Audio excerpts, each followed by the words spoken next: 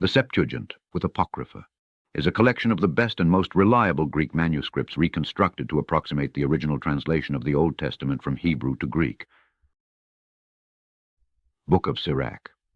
Read by Alexander Scourby. Chapter 1.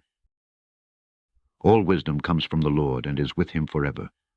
Who can number the sand of the sea and the drops of rain and the days of eternity? Who can find out the height of heaven and the breadth of the earth and the deep and wisdom? Wisdom has been created before all things, and the understanding of prudence from everlasting. The word of God most high is the fountain of wisdom, and her ways are everlasting commandments. To whom has the root of wisdom been revealed, or who has known her wise counsels? To whom has the knowledge of wisdom been made manifest, and who has understood her great experience? There is one wise and greatly to be feared, the Lord sitting upon his throne. He created her, and saw her, and numbered her, and poured her out upon all his works. She is with all flesh according to his gift, and he has given her to them that love him. The fear of the Lord is honor and glory and gladness, and a crown of rejoicing. The fear of the Lord makes a merry heart, and gives joy and gladness and a long life. Whoso fears the Lord, it shall go well with him at the last, and he shall find favor in the day of his death. To fear the Lord is the beginning of wisdom, and it was created with the faithful in the womb. She has built an everlasting foundation with men, and she shall continue with their seed. To fear the Lord is fullness of wisdom, and fills men with her fruits. She fills all their house with things desirable, and the garners with her increase. The fear of the Lord is a crown of wisdom, making peace and perfect health to flourish, both which are the gifts of God. And it enlarges their rejoicing that love him. Wisdom rains down skill and knowledge of understanding, standing, and exalts them to honor that hold her fast. The root of wisdom is to fear the Lord, and the branches thereof are long life. The fear of the Lord drives away sins, and where it is present, it turns away wrath. A furious man can't be justified, for the sway of his fury shall be his destruction. A patient man will tear for a time, and afterward joy shall spring up to him. He will hide his words for a time, and the lips of many shall declare his wisdom. The parables of knowledge are in the treasures of wisdom, but godliness is an abomination to a sinner. If you desire wisdom, keep the commandments, and the Lord shall give her to you. For the fear of the Lord is wisdom and instruction, and faith and meekness are his delight.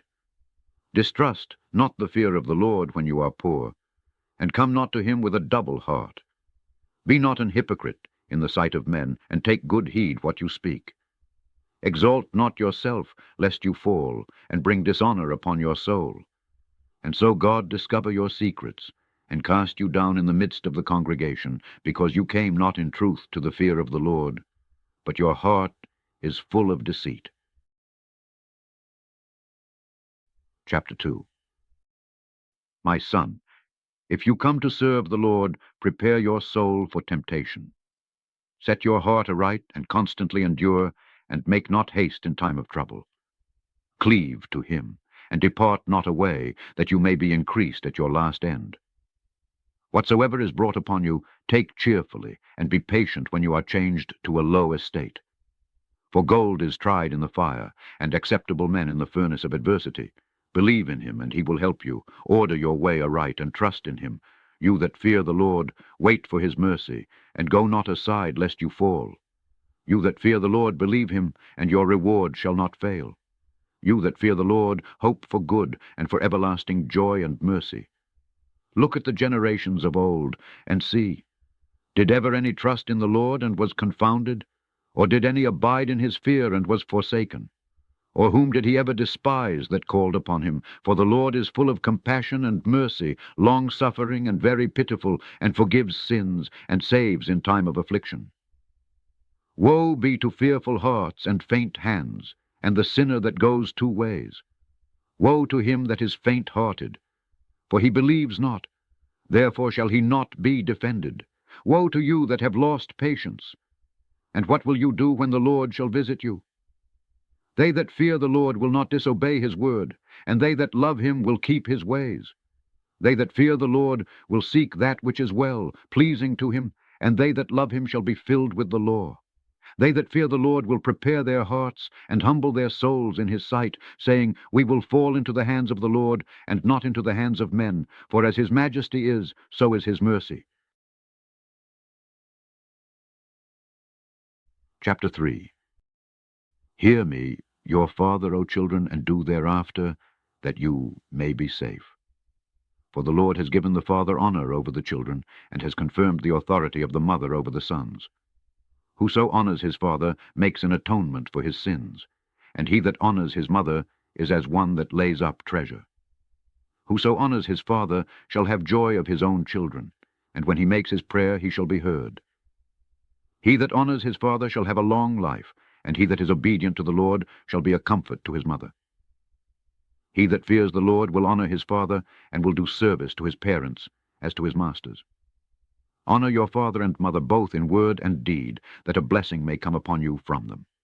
For the blessing of the father establishes the houses of children, but the curse of the mother roots out foundations. Glory not in the dishonor of your father, for your father's dishonor is no glory to you. For the glory of a man is from the honor of his father, and a mother in dishonor is a reproach to the children. My son, help your father in his age, and grieve him not as long as he lives. And if his understanding fail, have patience with him, and despise him not when you are in your full strength.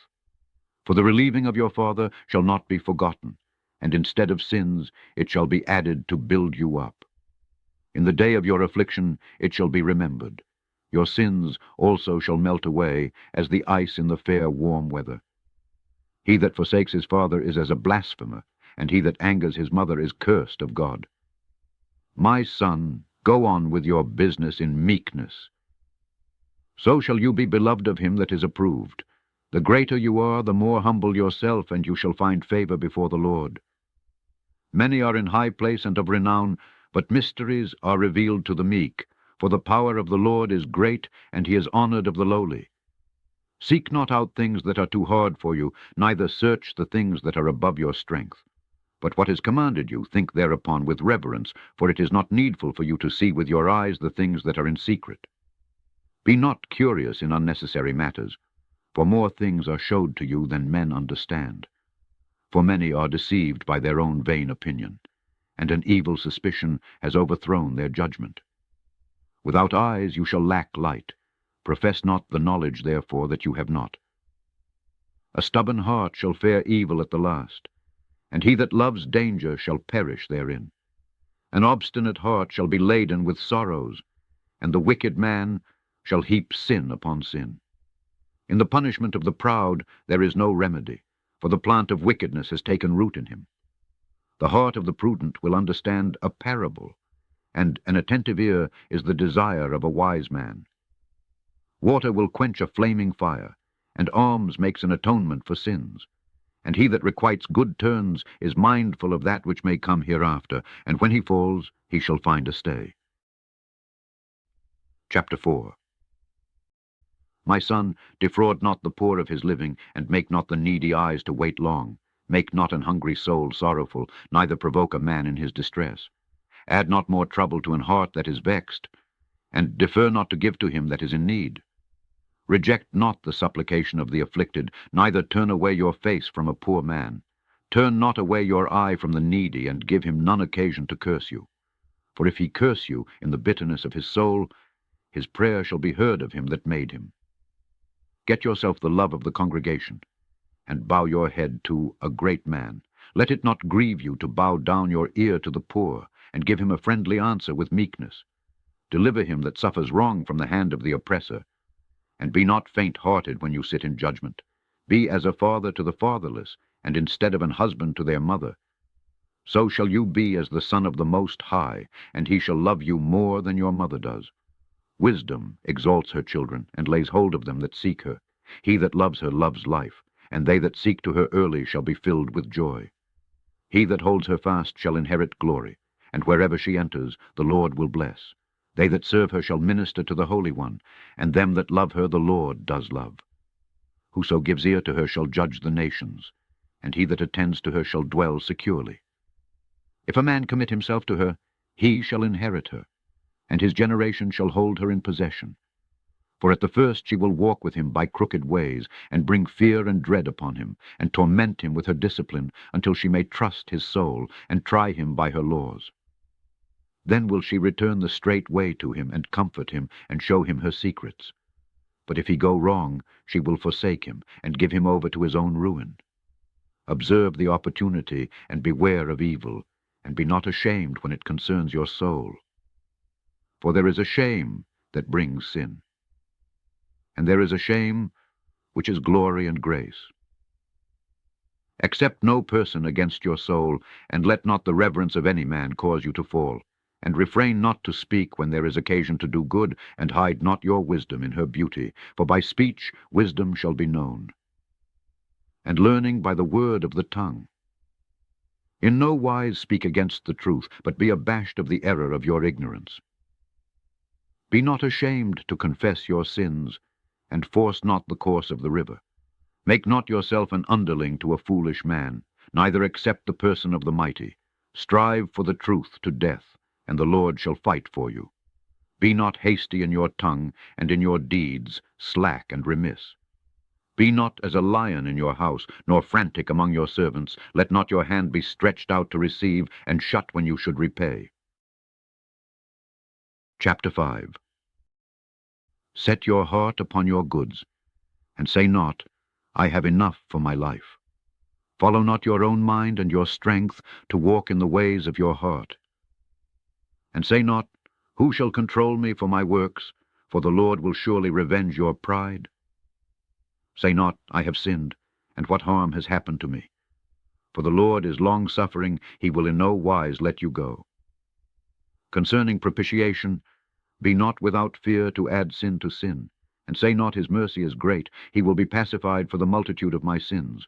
For mercy and wrath come from him, and his indignation rests upon sinners. Make no tarrying to turn to the Lord, and put not off from day to day. For suddenly shall the wrath of the Lord come forth, and in your security you shall be destroyed, and perish in the day of vengeance. Set not your heart upon goods unjustly gotten, for they shall not profit you in the day of calamity. Winnow not with every wind, and go not into every way, for so does the sinner that has a double tongue. Be steadfast in your understanding, and let your word be the same. Be swift to hear, and let your life be sincere, and with patience give answer. If you have understanding, answer your neighbor. If not, lay your hand upon your mouth. Honor and shame is in talk, and the tongue of man is his fall. Be not called a whisperer, and lie not in wait with your tongue, for a foul shame is upon the thief, and an evil condemnation upon the double tongue. Be not ignorant of anything, in a great matter or a small. Chapter 6. Instead of a friend become not an enemy, for thereby you shall inherit an ill name, shame and reproach. Even so shall a sinner that has a double tongue. Extol not yourself in the counsel of your own heart, that your soul be not torn in pieces as a bull straying alone. You shall eat up your leaves and lose your fruit, and leave yourself as a dry tree. A wicked soul shall destroy him that has it, and shall make him to be laughed to scorn of his enemies. Sweet language will multiply friends, and a fair-speaking tongue will increase kind greetings. Be in peace with many, nevertheless have but one counselor of 1,000. If you would get a friend, prove him first, and be not hasty to credit him. For some man is a friend for his own occasion, and will not abide in the day of your trouble. And there is a friend, who being turned to enmity and strife will discover your reproach. Again, some friend is a companion at the table, and will not continue in the day of your affliction. But in your prosperity he will be as yourself, and will be bold over your servants. If you be brought low, he will be against you, and will hide himself from your face. Separate yourself from your enemies, and take heed of your friends. A faithful friend is a strong defense, and he that has found such an one has found a treasure. Nothing does countervail a faithful friend, and his excellency is invaluable. A faithful friend is the medicine of life, and they that fear the Lord shall find him. Whoso fears the Lord shall direct his friendship aright, for as he is, so shall his neighbor be also. My son, gather instruction from your youth up. So shall you find wisdom till your old age. Come to her as one that plows and sows, and wait for her good fruits. For you shall not toil much in laboring about her, but you shall eat of her fruits right soon. She is very unpleasant to the unlearned.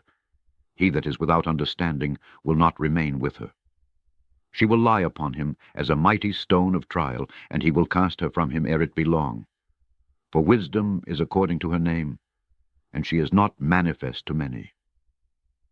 Give ear, my son. Receive my advice, and refuse not my counsel, and put your feet into her fetters, and your neck into her chain. Bow down your shoulder, and bear her, and be not grieved with her bonds. Come to her with your whole heart, and keep her ways with all your power. Search and seek, and she shall be made known to you. And when you have got hold of her, let her not go.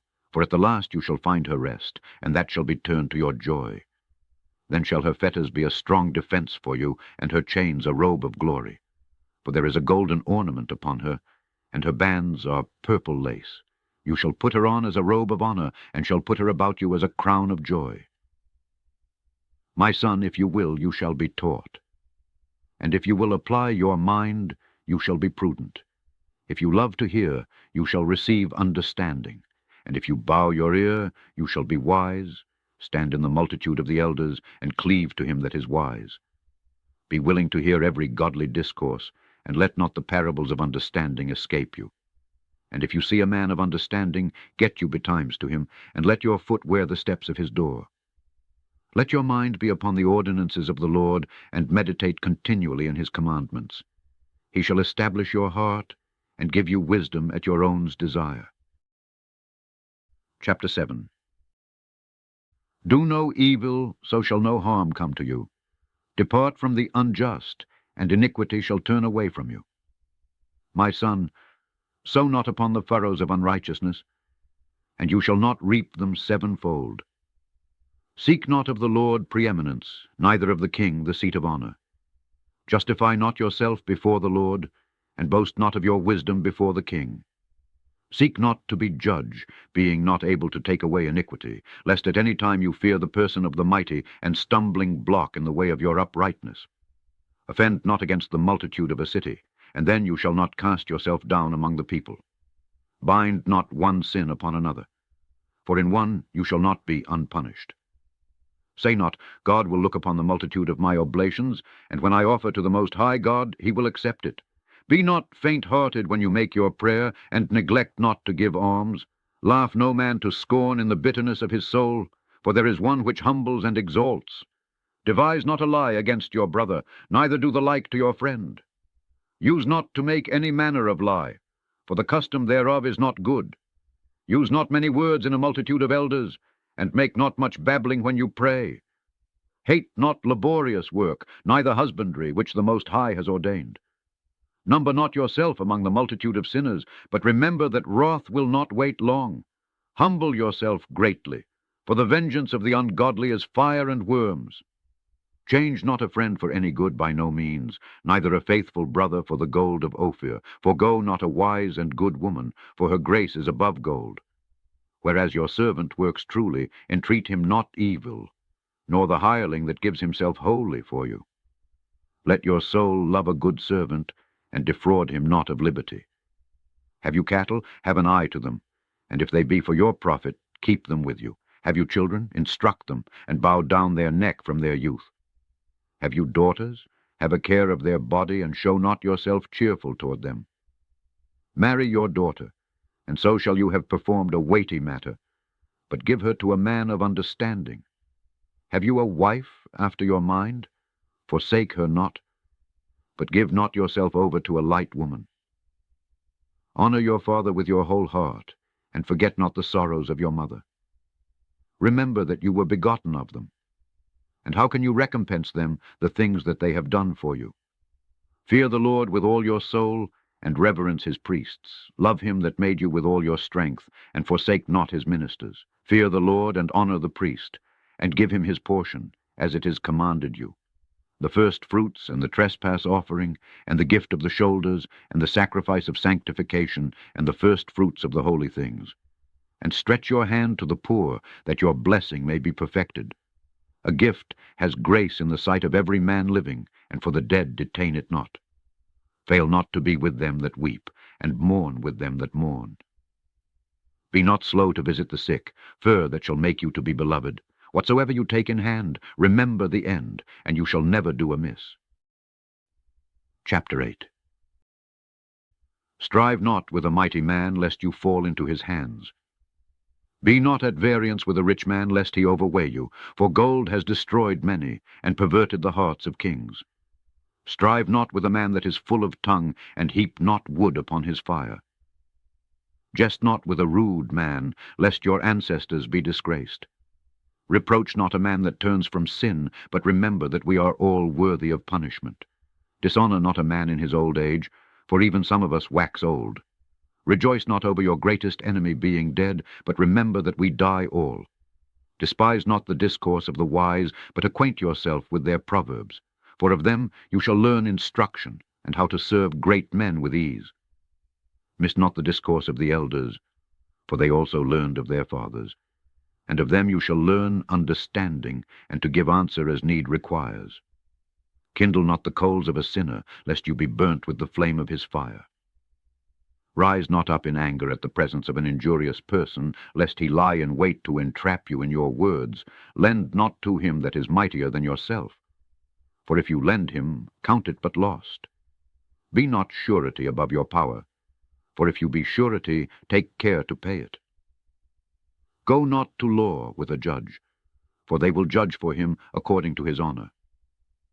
Travel not by the way with a bold fellow, lest he become grievous to you, for he will do according to his own will, and you shall perish with him through his folly. Strive not with an angry man, and go not with him into a solitary place, for blood is as nothing in his sight, and where there is no help he will overthrow you. Consult not with a fool, for he can't keep counsel. Do no secret thing before a stranger, for you know not what he will bring forth. Open not your heart to every man, lest he requite you with a shrewd turn. Chapter 9. Be not jealous over the wife of your bosom, and teach her not an evil lesson against yourself. Give not your soul to a woman to set her foot upon your substance. Meet not with an harlot, lest you fall into her snares. Use not much the company of a woman that is a singer, lest you be taken with her attempts. Gaze not on a maid, that you fall not by those things that are precious in her. Give not your soul to harlots, that you lose not your inheritance. Look not round about you in the streets of the city, neither wander you in the solitary place thereof. Turn away your eye from a beautiful woman, and look not upon another's beauty, for many have been deceived by the beauty of a woman, for herewith love is kindled as a fire. Sit not at all with another man's wife, nor sit down with her in your arms, and spend not your money with her at the wine, lest your heart incline to her, and so through your desire you fall into destruction. Forsake not an old friend, for the new is not comparable to him. A new friend is as new wine. When it is old, you shall drink it with pleasure. Envy not the glory of a sinner, for you know not what shall be his end. Delight not in the thing that the ungodly have pleasure in, but remember they shall not go unpunished to their grave. Keep you far from the man that has power to kill, so shall you not doubt the fear of death. And if you come to him, make no fault, lest he take away your life presently. Remember that you go in the midst of snares, and that you walk upon the battlements of the city. As near as you can, guess at your neighbor, and consult with the wise. Let your talk be with the wise, and all your communication in the law of the Most High. And let just men eat and drink with you, and let your glorying be in the fear of the Lord. For the hand of the artificer the work shall be commended, and the wise ruler of the people for his speech. A man of an ill tongue is dangerous in his city, and he that is rash in his talk shall be hated. Chapter 10. A wise judge will instruct his people, and the government of a prudent man is well ordered. As the judge of the people is himself, so are his officers. And what manner of man the ruler of the city is, such are all they that dwell therein. An unwise king destroys his people, but through the prudence of them which are in authority the city shall be inhabited. The power of the earth is in the hand of the Lord, and in due time he will set over it one that is profitable. In the hand of God is the prosperity of man, and upon the person of the scribe shall he lay his honor. Bear not hatred to your neighbor for every wrong, and do nothing at all by injurious practices. Pride is hateful before God and man, and by both does one commit iniquity. Because of unrighteous dealings, injuries, and riches got by deceit, the kingdom is translated from one people to another. Why is earth and ashes proud? There is not a more wicked thing than a covetous man, for such an one sets his own soul to sale, because while he lives he casts away his bowels. The physician cuts off a long disease, and he that is today a king tomorrow shall die. For when a man is dead, he shall inherit creeping things, beasts, and worms. The beginning of pride is when one departs from God, and his heart is turned away from his Maker. For pride is the beginning of sin, and he that has it shall pour out abomination. And therefore the Lord brought upon them strange calamities, and overthrew them utterly. The Lord has cast down the thrones of proud princes, and set up the meek in their stead. The Lord has plucked up the roots of the proud nations, and planted the lowly in their place. The Lord overthrew countries of the heathen, and destroyed them to the foundations of the earth. He took some of them away, and destroyed them, and has made their memorial to cease from the earth. Pride was not made for men, nor furious anger for them that are born of a woman. They that fear the Lord are a sure seed, and they that love him an honorable plant. They that regard not the law are a dishonorable seed. They that transgress the commandments are a deceivable seed. Among brethren, he that is chief is honorably. So are they that fear the Lord in his eyes. The fear of the Lord goes before the obtaining of authority, but roughness and pride is the losing thereof. Whether he be rich, noble, or poor, their glory is the fear of the Lord. It is not meet to despise the poor man that has understanding, neither is it convenient to magnify a sinful man. Great men and judges and potentates shall be honored, yet is there none of them greater than he that fears the Lord. To the servant that is wise shall they that are free do service, and he that has knowledge will not grudge when he is reformed. Be not overwise in doing your business, and boast not yourself in the time of your distress. Better is he that labors and abounds in all things than he that boasts himself and lacks bread. My son, glorify your soul in meekness, and give it honor according to the dignity thereof. Who will justify him that sins against his own soul? And who will honor him that dishonors his own life? The poor man is honored for his skill, and the rich man is honored for his riches. He that is honored in poverty, how much more in riches? And he that is dishonorable in riches, how much more in poverty?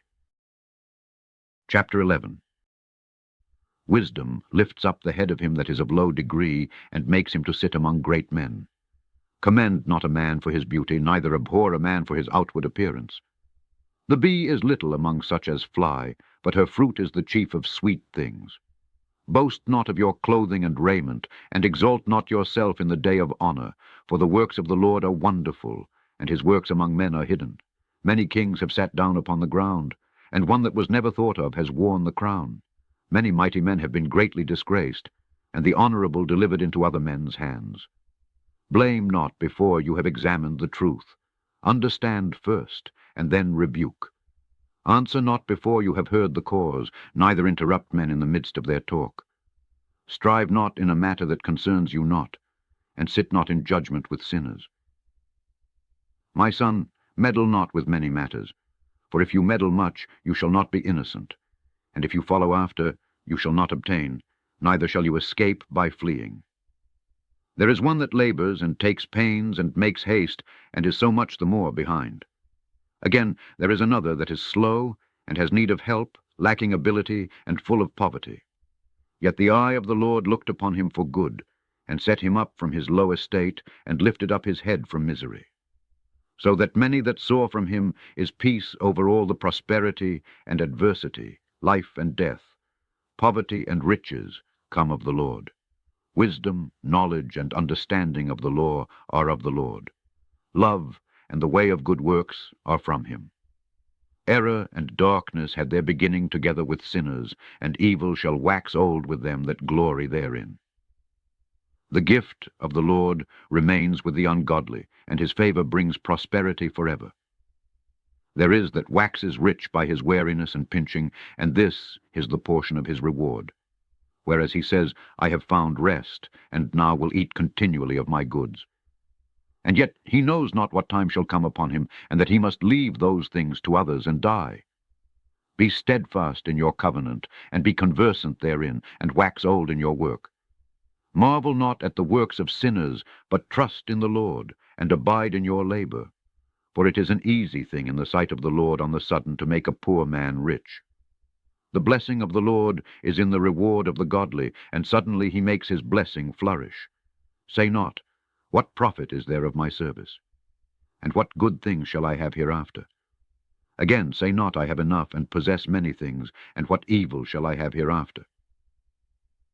In the day of prosperity there is a forgetfulness of affliction, and in the day of affliction there is no more remembrance of prosperity. For it is an easy thing to the Lord in the day of death to reward a man according to his ways. The affliction of an hour makes a man forget pleasure, and in his end his deeds shall be revealed. Judge none blessed before his death, for a man shall be known in his children. Bring not every man into your house, for the deceitful man has many trains. Like as a partridge taken and kept in a cage, so is the heart of the proud. And like as a spy watches he for your fall, for he lies in wait, and turns good into evil, and in things worthy praise will lay blame upon you. Of a spark of fire a heap of coals is kindled, and a sinful man lays wait for blood. Take heed of a mischievous man, for he works wickedness, lest he bring upon you a perpetual blot. Receive a stranger into your house, and he will disturb you and turn you out of your own. Chapter 12. When you will do good, know to whom you do it. So shall you be thanked for your benefits. Do good to the godly man, and you shall find a recompense. And if not from him, yet from the Most High. There can no good come to him that is always occupied in evil, nor to him that gives no alms. Give to the godly man, and help not a sinner. Do well to him that is lowly, but give not to the ungodly. Hold back your bread, and give it not to him, lest he overmaster you thereby. For else you shall receive twice as much evil for all the good you shall have done to him. For the Most High hates sinners, and will repay vengeance to the ungodly, and keeps them against the mighty day of their punishment. Give to the good, and help not the sinner. A friend can't be known in prosperity, and an enemy can't be hidden in adversity. In the prosperity of a man, enemies will be grieved, but in his adversity even a friend will depart. Never trust your enemy, for like as iron rusts, so is his wickedness. Though he humble himself and go crouching, yet take good heed and beware of him, and you shall be to him as if you had wiped a looking-glass, and you shall know that his rust has not been altogether wiped away. Set him not by you, lest, when he has overthrown you, he stand up in your place.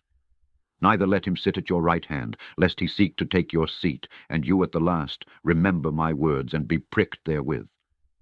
Who will pity a charmer that is bitten with a serpent, or any such as come near wild beasts? So one that goes to a sinner, and is defiled with him in his sins, who will pity? For a while he will abide with you, but if you begin to fall, he will not wait. An enemy speaks sweetly with his lips, but in his heart he imagines how to throw you into a pit. He will weep with his eyes, but if he find opportunity, he will not be satisfied with blood. If adversity come upon you, you shall find him there first. And though he pretend to help you, yet shall he undermine you. He will shake his head, and clap his hands, and whisper much, and change his countenance. Chapter 13. He that touches pitch shall be defiled therewith, and he that has fellowship with a proud man shall be like to him. Burden not yourself above your power while you live, and have no fellowship with one that is mightier and richer than yourself. For how agree the kettle and the earthen pot together? For if the one be struck against the other, it shall be broken. The rich man has done wrong, and yet he threatens withal. The poor is wronged, and he must entreat also. If you be for his profit, he will use you. But if you have nothing, he will forsake you. If you have anything, he will live with you. Yes, he will make you bear and will not be sorry for it. If he have need of you, he will deceive you and smile upon you and put you in hope. He will speak you fair and say, What want you? And he will shame you by his meats, until he have drawn you dry twice or thrice. And at the last he will laugh you to scorn afterward. When he sees you, he will forsake you and shake his head at you. Beware that you be not deceived and brought down in your jollity. If you be invited of a mighty man, withdraw yourself, and so much the more will he invite you. Press you not upon him, lest you be put back. Stand not far off, lest you be forgotten. Affect not to be made equal to him in talk, and believe not his many words. For with much communication will he tempt you, and smiling upon you will get out your secrets. But cruelly he will lay up your words, and will not spare to do you hurt, and to put you in prison. Observe, and take good heed, for you walk in peril of your overthrowing. When you hear these things, awake in your sleep. Love the Lord all your life, and call upon him for your salvation. Every beast loves his like, and every man loves his neighbor. All flesh consorts according to kind, and a man will cleave to his like. What fellowship has the wolf with the lamb, so the sinner with the godly? What agreement is there between the hyena and a dog? And what peace between the rich and the poor? As the wild ass is the lion's prey in the wilderness, so the rich eat up the poor. As the proud hate humility, so does the rich abhor the poor. A rich man beginning to fall is held up of his friends, but a poor man being down is thrust away by his friends. When a rich man is fallen, he has many helpers. He speaks things not to be spoken, and yet men justify him. The poor man slipped, and yet they rebuked him too. He spoke wisely, and could have no place. When a rich man speaks, every man holds his tongue, and, look what he says, they extol it to the clouds. But if the poor man speak, they say, What fellow is this? And if he stumble, they will help to overthrow him. Riches are good to him that has no sin, and poverty is evil in the mouth of the ungodly. The heart of a man changes his countenance, whether it be for good or evil, and a merry heart makes a cheerful countenance. A cheerful countenance is a token of a heart that is in prosperity, and the finding out of parables is a wearisome labor of the mind. Chapter 14. Blessed is the man that has not slipped with his mouth, and is not pricked with the multitude of sins. Blessed is he whose conscience has not condemned him, and who is not fallen from his hope in the Lord. Riches are not comely for a niggard, and what should an envious man do with money? He that gathers by defrauding his own soul gathers for others, that shall spend his goods riotously. He that is evil to himself, to whom will he be good? He shall not take pleasure in his goods. There is none worse than he that envies himself, and this is a recompense of his wickedness. And if he does good, he does it unwillingly. And at the last he will declare his wickedness. The envious man has a wicked eye. He turns away his face and despises men. A covetous man's eye is not satisfied with his portion, and the iniquity of the wicked dries up his soul. A wicked eye envies his bread, and he is a niggard at his table. My son, according to your ability do good to yourself, and give the Lord his due offering. Remember that death will not be long in coming, and that the covenant of the grave is not showed to you. Do good to your friend before you die, and according to your ability stretch out your hand and give to him.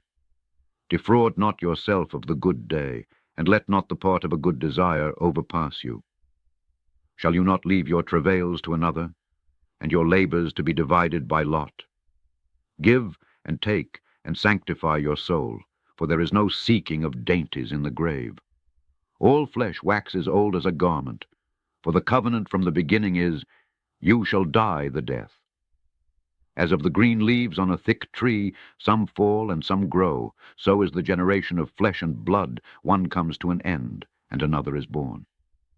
Every work rots and consumes away, and the worker thereof shall go withal. Blessed is the man that does meditate good things in wisdom, and that reasons of holy things by his understanding. He that considers her ways in his heart shall also have understanding in her secrets. Go after her as one that traces, and lie in wait in her ways. He that pries in at her windows shall also listen at her doors. He that does lodge near her house shall also fasten a pin in her walls. He shall pitch his tent near to her, and shall lodge in a lodging where good things are. He shall set his children under her shelter, and shall lodge under her branches. By her he shall be covered from heat, and in her glory shall he dwell. Chapter 15. He that fears the Lord will do good, and he that has the knowledge of the law shall obtain her. And as a mother shall she meet him, and receive him as a wife married of a virgin. With the bread of understanding shall she feed him, and give him the water of wisdom to drink. He shall be stayed upon her, and shall not be moved, and shall rely upon her, and shall not be confounded. She shall exalt him above his neighbors, and in the midst of the congregation shall she open his mouth. He shall find joy and a crown of gladness, and she shall cause him to inherit an everlasting name. But foolish men shall not attain to her, and sinners shall not see her. For she is far from pride, and men that are liars can't remember her. Praise is not seemly in the mouth of a sinner, for it was not sent him of the Lord. For praise shall be uttered in wisdom, and the Lord will prosper it. Say not you, it is through the Lord that I fell away, for you ought not to do the things that he hates. Say not you, he has caused me to err, for he has no need of the sinful man. The Lord hates all abomination, and they that fear God love it not. He himself made man from the beginning, and left him in the hand of his counsel, if you will, to keep the commandments, and to perform acceptable faithfulness. He has set fire and water before you. Stretch forth your hand to whether you will. Before man is life and death, and whether him likes shall be given him. For the wisdom of the Lord is great, and he is mighty in power, and sees all things, and his eyes are upon them that fear him, and he knows every work of man. He has commanded no man to do wickedly, neither has he given any man license to sin. Chapter 16. Desire not a multitude of unprofitable children, neither delight in ungodly sons. Though they multiply, rejoice not in them, except the fear of the Lord be with them. Trust not you in their life, neither respect their multitude, for one that is just is better than 1,000. And better it is to die without children, than to have them that are ungodly. For by one that has understanding shall the city be replenished. But the kindred of the wicked shall speedily become desolate. Many such things have I seen with my eyes, and my ear has heard greater things than these. In the congregation of the ungodly shall a fire be kindled, and in a rebellious nation wrath is set on fire. He was not pacified toward the old giants, who fell away in the strength of their foolishness. Neither spared he the place where Lot sojourned, but abhorred them for their pride. He pitied not the people of perdition, who were taken away in their sins, nor the 600,000 footmen who were gathered together in the hardness of their hearts. And if there be one stiff-necked among the people, it is marvel if he escape unpunished. For mercy and wrath are with him. He is mighty to forgive and to pour out displeasure. As his mercy is great, so is his correction also. He judges a man according to his works. The sinner shall not escape with his spoils, and the patience of the godly shall not be frustrate. Make way for every work of mercy, for every man shall find according to his works. The Lord hardened Pharaoh, that he should not know him, that his powerful works might be known to the world. His mercy is manifest to every creature, and he has separated his light from the darkness with an adamant. Say not you, I will hide myself from the Lord? Shall any remember me from above? I shall not be remembered among so many people. For what is my soul among such an infinite number of creatures? Behold, the heaven and the heaven of heavens, the deep and the earth, and all that therein is, shall be moved when he shall visit. The mountains also and foundations of the earth be shaken with trembling when the Lord looks upon them. No heart can think upon these things worthily, and who is able to conceive his ways? It is a tempest which no man can see, for the most part of his works are hid. Who can declare the works of his justice, or who can endure them? For his covenant is afar off, and the trial of all things is in the end. He that lacks understanding will think upon vain things, and a foolish man erring imagines follies. My son, listen to me, and learn knowledge, and mark my words with your heart. I will show forth doctrine in weight, and declare his knowledge exactly. The works of the Lord are done in judgment from the beginning, and from the time he made them he disposed the parts thereof. He garnished his works forever, and in his hand are the chief of them to all generations. They neither labor, nor are weary, nor cease from their works. None of them hinders another, and they shall never disobey his word. After this the Lord looked upon the earth and filled it with his blessings. With all manner of living things has he covered the face thereof, and they shall return into it again.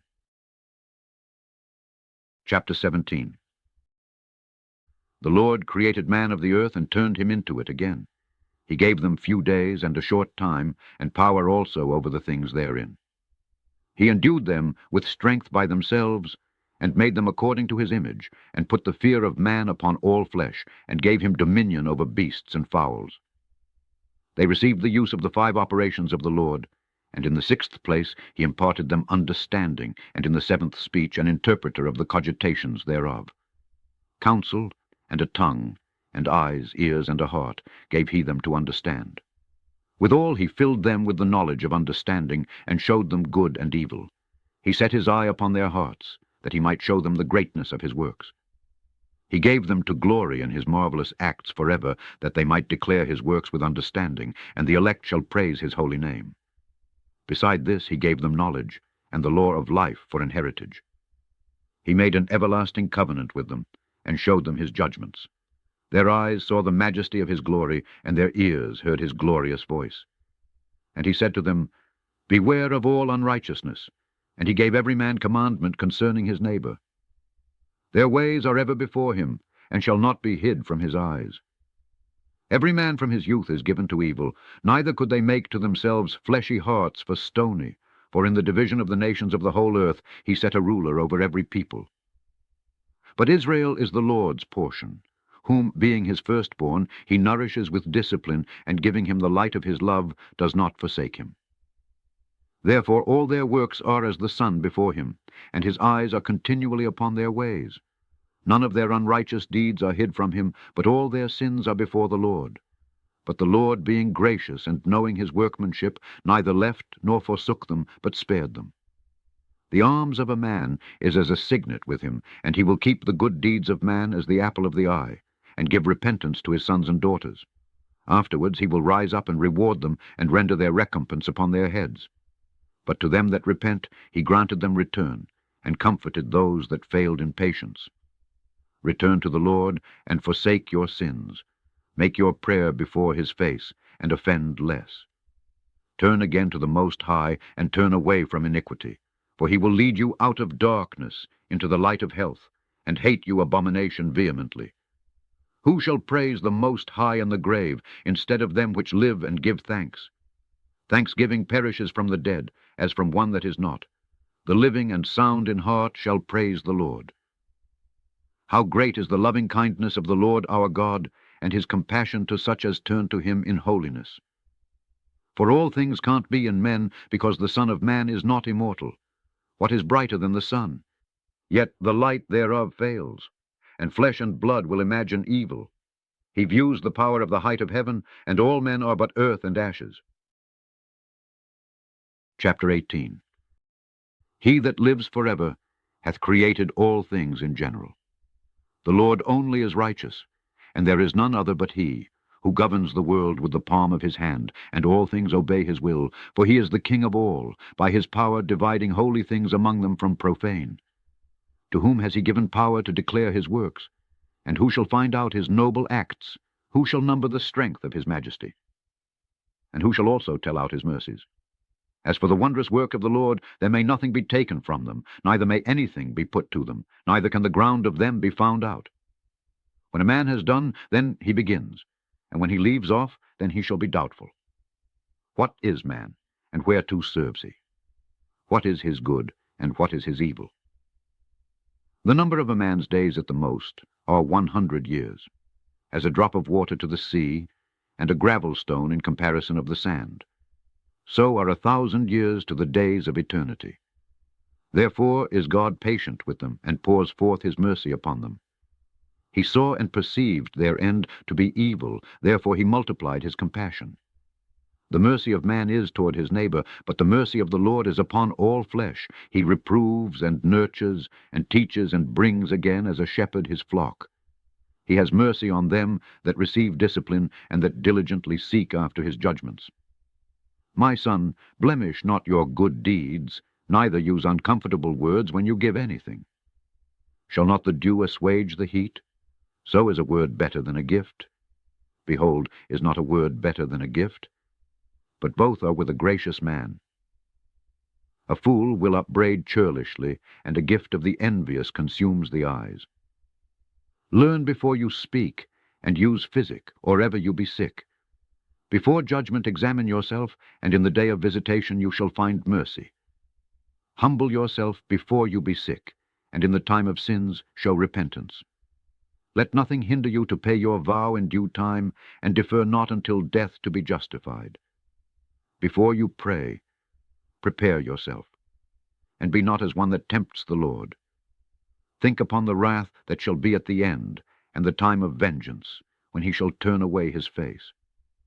When you have enough, remember the time of hunger, and when you are rich, think upon poverty and need. From the morning until the evening the time is changed, and all things are soon done before the Lord. A wise man will fear in everything, and in the day of sinning he will beware of offense, but a fool will not observe time. Every man of understanding knows wisdom, and will give praise to him that found her. They that were of understanding in sayings became also wise themselves, and poured forth exquisite parables. Go not after your lusts, but refrain yourself from your appetites. If you give your soul the desires that please her, she will make you a laughing stock to your enemies that malign you. Take not pleasure in much good cheer, neither be tied to the expense thereof. Be not made a beggar by banqueting upon borrowing when you have nothing in your purse, for you shall lie in wait for your own life and be talked on. Chapter 19. A laboring man that is given to drunkenness shall not be rich, and he that contemns small things shall fall by little and little. Wine and women will make men of understanding to fall away, and he that cleaves to harlots will become impudent. Moths and worms shall have him to heritage, and a bold man shall be taken away. He that is hasty to give credit is light-minded, and he that sins shall offend against his own soul. Whoso takes pleasure in wickedness shall be condemned, but he that resists pleasures crowns his life. He that can rule his tongue shall live without strife, and he that hates babbling shall have less evil. Rehearse not to another that which is told to you, and you shall fare never the worse. Whether it be to friend or foe, talk not of other men's lives, and if you can without offense, reveal them not. For he heard and observed you, and when time comes he will hate you. If you have heard a word, let it die with you, and be bold, it will not burst you. A fool travails with a word, as a woman in labor of a child. As an arrow that sticks in a man's thigh, so is a word within a fool's belly. Admonish a friend, it may be he has not done it, and if he have done it, that he do it no more. Admonish your friend, it may be he has not said it, and if he have, that he speak it not again. Admonish a friend, for many times it is a slander, and believe not every tale. There is one that slips in his speech, but not from his heart. And who is he that has not offended with his tongue? Admonish your neighbor before you threaten him, and not being angry, give place to the law of the Most High. The fear of the Lord is the first step to be accepted of him, and wisdom obtains his love. The knowledge of the commandments of the Lord is the doctrine of life, and they that do things that please him shall receive the fruit of the tree of immortality. The fear of the Lord is all wisdom, and in all wisdom is the performance of the law, and the knowledge of his omnipotency. If a servant say to his master, I will not do as it pleases you, though afterward he do it, he angers him that nourishes him. The knowledge of wickedness is not wisdom, neither at any time the counsel of sinners prudence. There is a wickedness, and the same an abomination, and there is a fool lacking in wisdom. He that has small understanding and fears God is better than one that has much wisdom and transgresses the law of the Most High. There is an exquisite subtlety, and the same is unjust. And there is one that turns aside to make judgment appear, and there is a wise man that justifies in judgment. There is a wicked man that hangs down his head sadly, but inwardly he is full of deceit, casting down his countenance, and making as if he heard not. Where he is not known, he will do you a mischief before you be aware. And if for lack of power he be hindered from sinning, yet when he finds opportunity he will do evil. A man may be known by his look, and one that has understanding by his countenance when you meet him. A man's attire and excessive laughter and gait show what he is. Chapter 20. There is a reproof that is not comely. Again, some man holds his tongue, and he is wise. It is much better to reprove than to be angry secretly, and he that confesses his fault shall be preserved from hurt.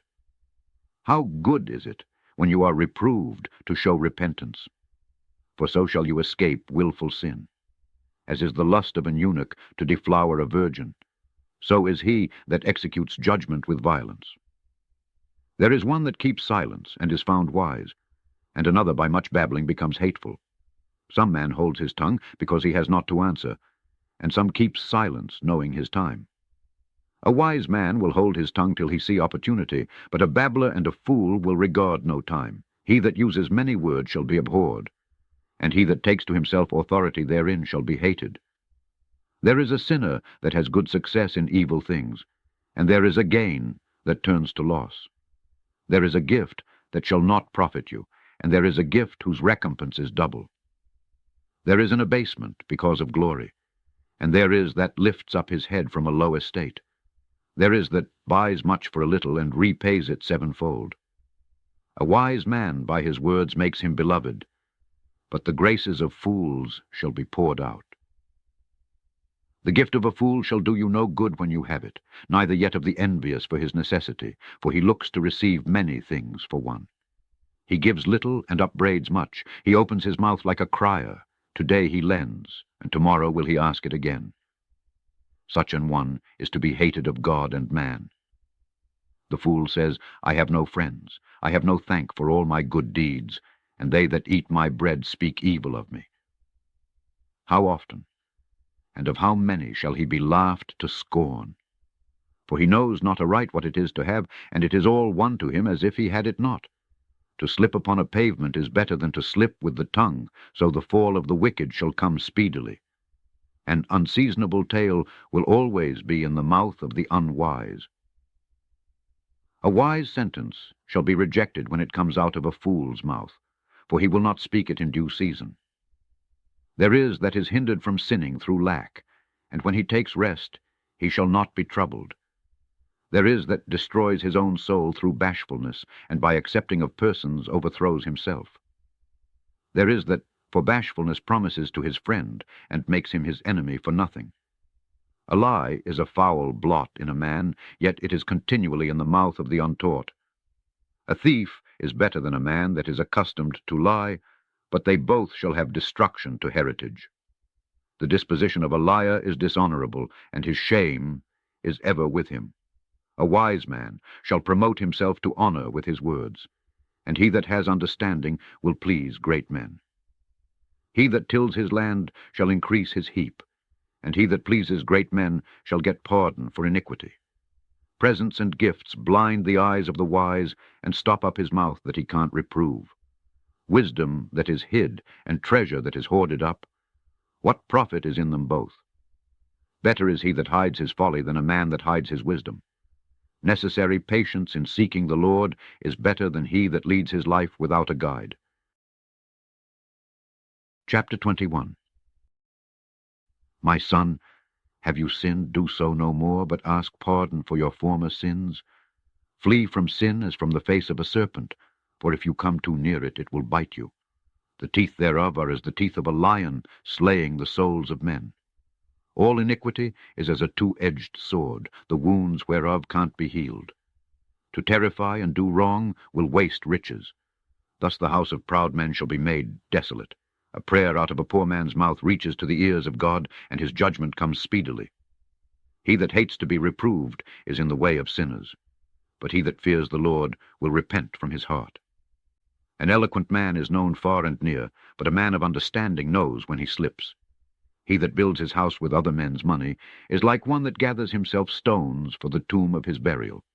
The congregation of the wicked is like tow wrapped together, and the end of them is a flame of fire to destroy them. The way of sinners is made plain with stones, but at the end thereof is the pit of hell.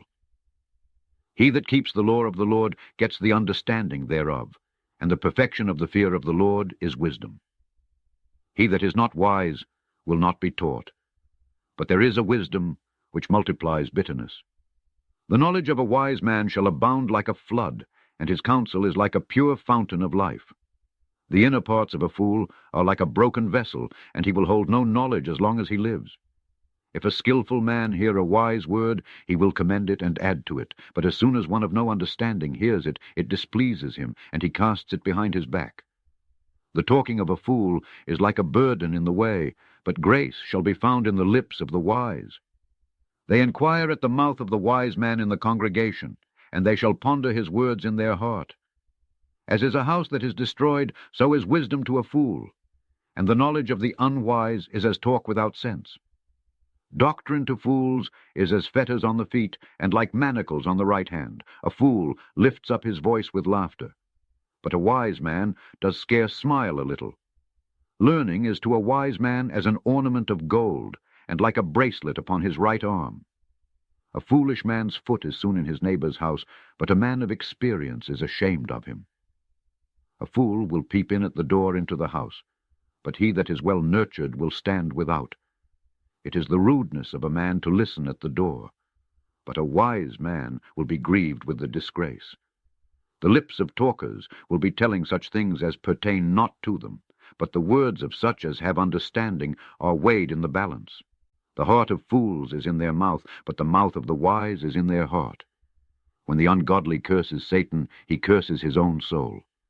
A whisperer defiles his own soul, and is hated wherever he dwells. Chapter 22. A slothful man is compared to a filthy stone, and everyone will hiss him out to his disgrace. A slothful man is compared to the filth of a dunghill. Every man that takes it up will shake his hand. An evil-nurtured man is the dishonor of his father that became the father of him, and a foolish daughter is born to his loss. A wise daughter shall bring an inheritance to her husband, but she that lives dishonestly is her father's heaviness. She that is bold dishonors both her father and her husband, but they both shall despise her. A tale out of season is as music in mourning, but stripes and correction of wisdom are never out of time. Whoso teaches a fool is as one that glues a potsherd together, and as he that wakes one from a sound sleep. He that tells a tale to a fool speaks to one in a slumber. When he has told his tale, he will say, "What is the matter?" If children live honestly and have wherewithal, they shall cover the baseness of their parents. But children, being haughty, through disdain and lack of nurture, do stain the nobility of their kindred. Weep for the dead, for he has lost the light, and weep for the fool, for he lacks understanding. Make little weeping for the dead, for he is at rest. But the life of the fool is worse than death. 7 days do men mourn for him that is dead, but for a fool and an ungodly man all the days of his life. Talk not much with a fool, and go not to him that has no understanding. Beware of him, lest you have trouble, and you shall never be defiled with his fooleries. Depart from him, and you shall find rest, and never be disquieted with madness. What is heavier than lead? And what is the name thereof but a fool? Sand and salt and a mass of iron is easier to bear than a man without understanding. As timber girded and bound together in a building can't be loosed with shaking, so the heart that is established by advised counsel shall fear at no time. A heart settled upon a thought of understanding is as a fair plastering on the wall of a gallery. Pails set on an high place will never stand against the wind. So a fearful heart in the imagination of a fool can't stand against any fear. He that pricks the eye will make tears to fall, and he that pricks the heart makes it to show her knowledge. Whoso casts a stone at the birds frays them away, and he that upbraids his friend breaks friendship. Though you drew a sword at your friend, yet despair not, for there may be a returning to favor. If you have opened your mouth against your friend, fear not, for there may be a reconciliation. Except for upbraiding or pride, or disclosing of secrets, or a treacherous wound. For these things every friend will depart. Be faithful to your neighbor in his poverty, that you may rejoice in his prosperity. Abide steadfast to him in the time of his trouble, that you may be heir with him in his heritage. For a mean estate is not always to be contemned, nor the rich that is foolish to be had in admiration. As the vapor and smoke of a furnace goes before the fire, so reviling before blood. I will not be ashamed to defend a friend, neither will I hide myself from him. And if any evil happen to me by him, every one that hears it will beware of him. Who shall set a watch before my mouth, and a seal of wisdom upon my lips, that I fall not suddenly by them, and that my tongue destroy me not? Chapter 23. O Lord, Father and Governor of all my whole life, leave me not to their counsels, and let me not fall by them. Who will set scourges over my thoughts, and the discipline of wisdom over my heart? That they spare me not for my ignorances, and it pass not by my sins, lest my ignorances increase, and my sins abound to my destruction, and I fall before my adversaries, and my enemy rejoice over me, whose hope is far from your mercy. O Lord, Father and God of my life, give me not a proud look, but turn away from your servants always a haughty mind. Turn away from me vain hopes and concupiscence, and you shall hold him up that is desirous always to serve you. Let not the greediness of the belly, nor lust of the flesh take hold of me. And give not over me your servant into an impudent mind. Hear, O you children, the discipline of the mouth. He that keeps it shall never be taken in his lips. The sinner shall be left in his foolishness. Both the evil speaker and the proud shall fall thereby. Accustom not your mouth to swearing, neither use yourself to the naming of the Holy One. For as a servant that is continually beaten shall not be without a blue mark, so he that swears and names God continually shall not be faultless. A man that uses much swearing shall be filled with iniquity, and the plague shall never depart from his house. If he shall offend, his sin shall be upon him. And if he acknowledge not his sin, he makes a double offense. And if he swear in vain, he shall not be innocent, but his house shall be full of calamities. There is a word that is clothed about with death. God grant that it be not found in the heritage of Jacob. For all such things shall be far from the godly, and they shall not wallow in their sins. Use not your mouth to intemperate swearing, for therein is the word of sin. Remember your father and your mother, when you sit among great men. Be not forgetful before them, and so you by your custom become a fool, and wish that you had not been born, and curse the day of your nativity. The man that is accustomed to opprobrious words will never be reformed all the days of his life. Two sorts of men multiply sin, and the third will bring wrath. A hot mind is as a burning fire. It will never be quenched till it be consumed. A fornicator in the body of his flesh will never cease till he has kindled a fire. All bread is sweet to a whoremonger. He will not leave off till he die. A man that breaks wedlock, saying thus in his heart, Who sees me? I am compassed about with darkness, the walls cover me, and nobody sees me. What need I to fear? The Most High will not remember my sins. Such a man only fears the eyes of men, and knows not that the eyes of the Lord are 10,000 times brighter than the sun, beholding all the ways of men, and considering the most secret parts. He knew all things ere ever they were created. So also, after they were perfected, he looked upon them all. This man shall be punished in the streets of the city, and where he suspects not he shall be taken. Thus shall it go also with the wife that leaves her husband, and brings in an heir by another. For first, she has disobeyed the law of the Most High, and secondly, she has trespassed against her own husband, and thirdly, she has played the whore in adultery, and brought children by another man. She shall be brought out into the congregation, and inquisition shall be made of her children. Her children shall not take root, and her branches shall bring forth no fruit. She shall leave her memory to be cursed, and her reproach shall not be blotted out. And they that remain shall know that there is nothing better than the fear of the Lord, and that there is nothing sweeter than to take heed to the commandments of the Lord. It is great glory to follow the Lord, and to be received of him is long life. Chapter 24. Wisdom shall praise herself, and shall glory in the midst of her people. In the congregation of the Most High shall she open her mouth, and triumph before his power. I came out of the mouth of the Most High, and covered the earth as a cloud. I lived in high places, and my throne is in a cloudy pillar. I alone compassed the circuit of heaven, and walked in the bottom of the deep. In the waves of the sea, and in all the earth, and in every people and nation, I got a possession. With all these I sought rest, and in whose inheritance shall I abide? So the Creator of all things gave me a commandment, and he that made me caused my tabernacle to rest, and said, Let your dwelling be in Jacob, and your inheritance in Israel. He created me from the beginning before the world, and I shall never fail. In the holy tabernacle I served before him, and so was I established in Sion. Likewise in the beloved city he gave me rest, and in Jerusalem was my power. And I took root in an honorable people, even in the portion of the Lord's inheritance. I was exalted like a cedar in Libanus, and as a cypress tree upon the mountains of Hermon. I was exalted like a palm tree in En-Gadi, and as a rose plant in Jericho, as a fair olive tree in a pleasant field, and grew up as a plane tree by the water.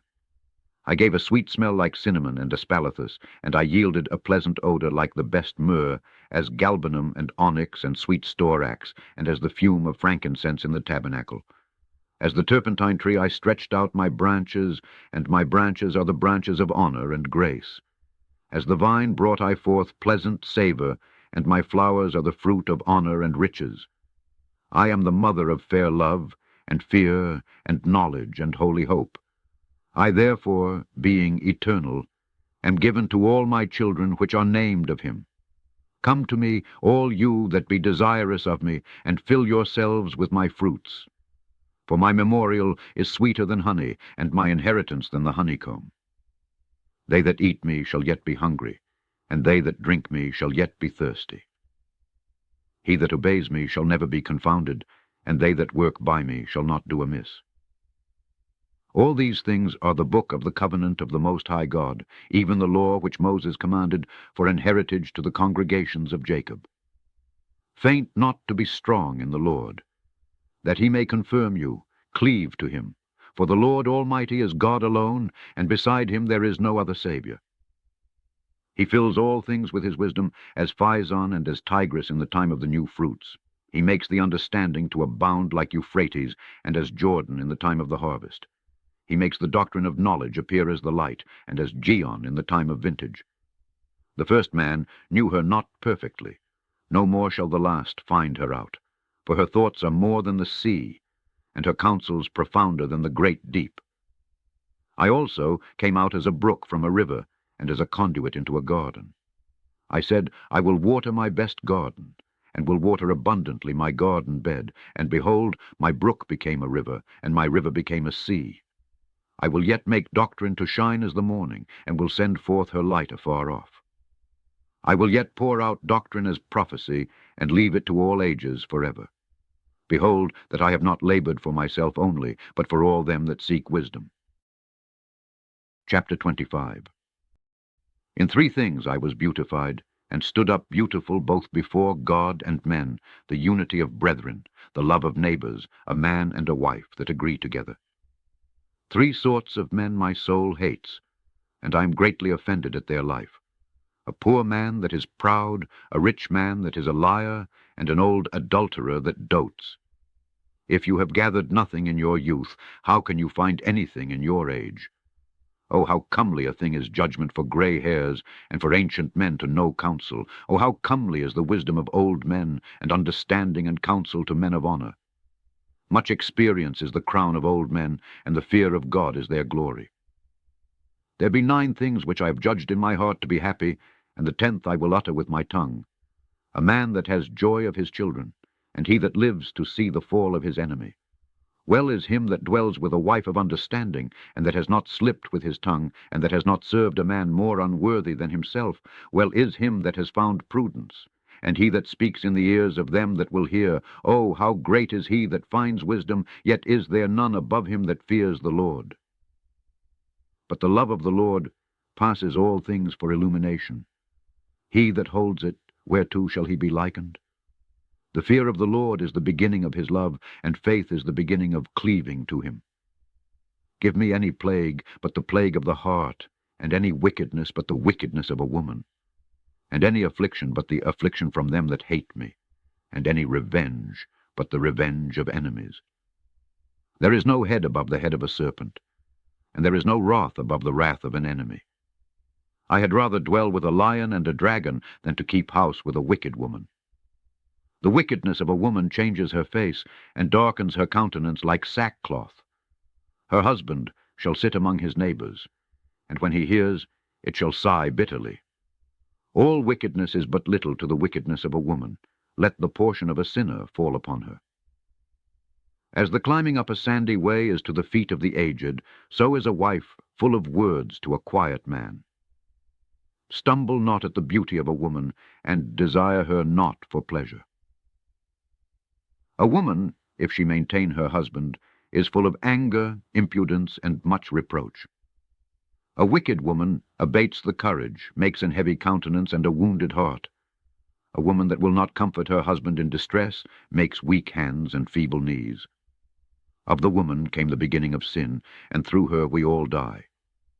Give the water no passage, neither a wicked woman liberty to gad abroad. If she go not as you would have her, cut her off from your flesh, and give her a bill of divorce, and let her go. Chapter 26. Blessed is the man that has a virtuous wife, for the number of his days shall be double. A virtuous woman rejoices her husband, and he shall fulfill the years of his life in peace.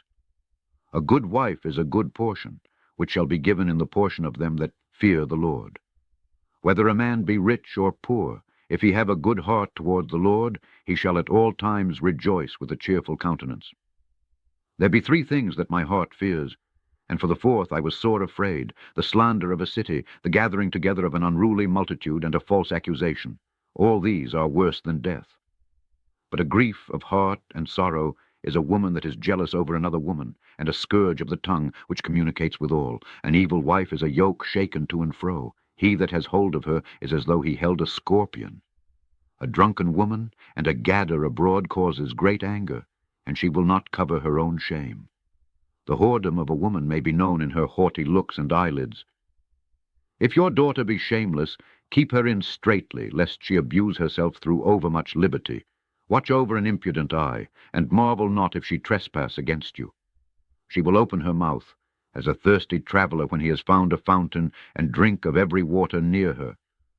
By every hedge will she sit down, and open her quiver against every arrow. The grace of a wife delights her husband, and her discretion will fatten his bones.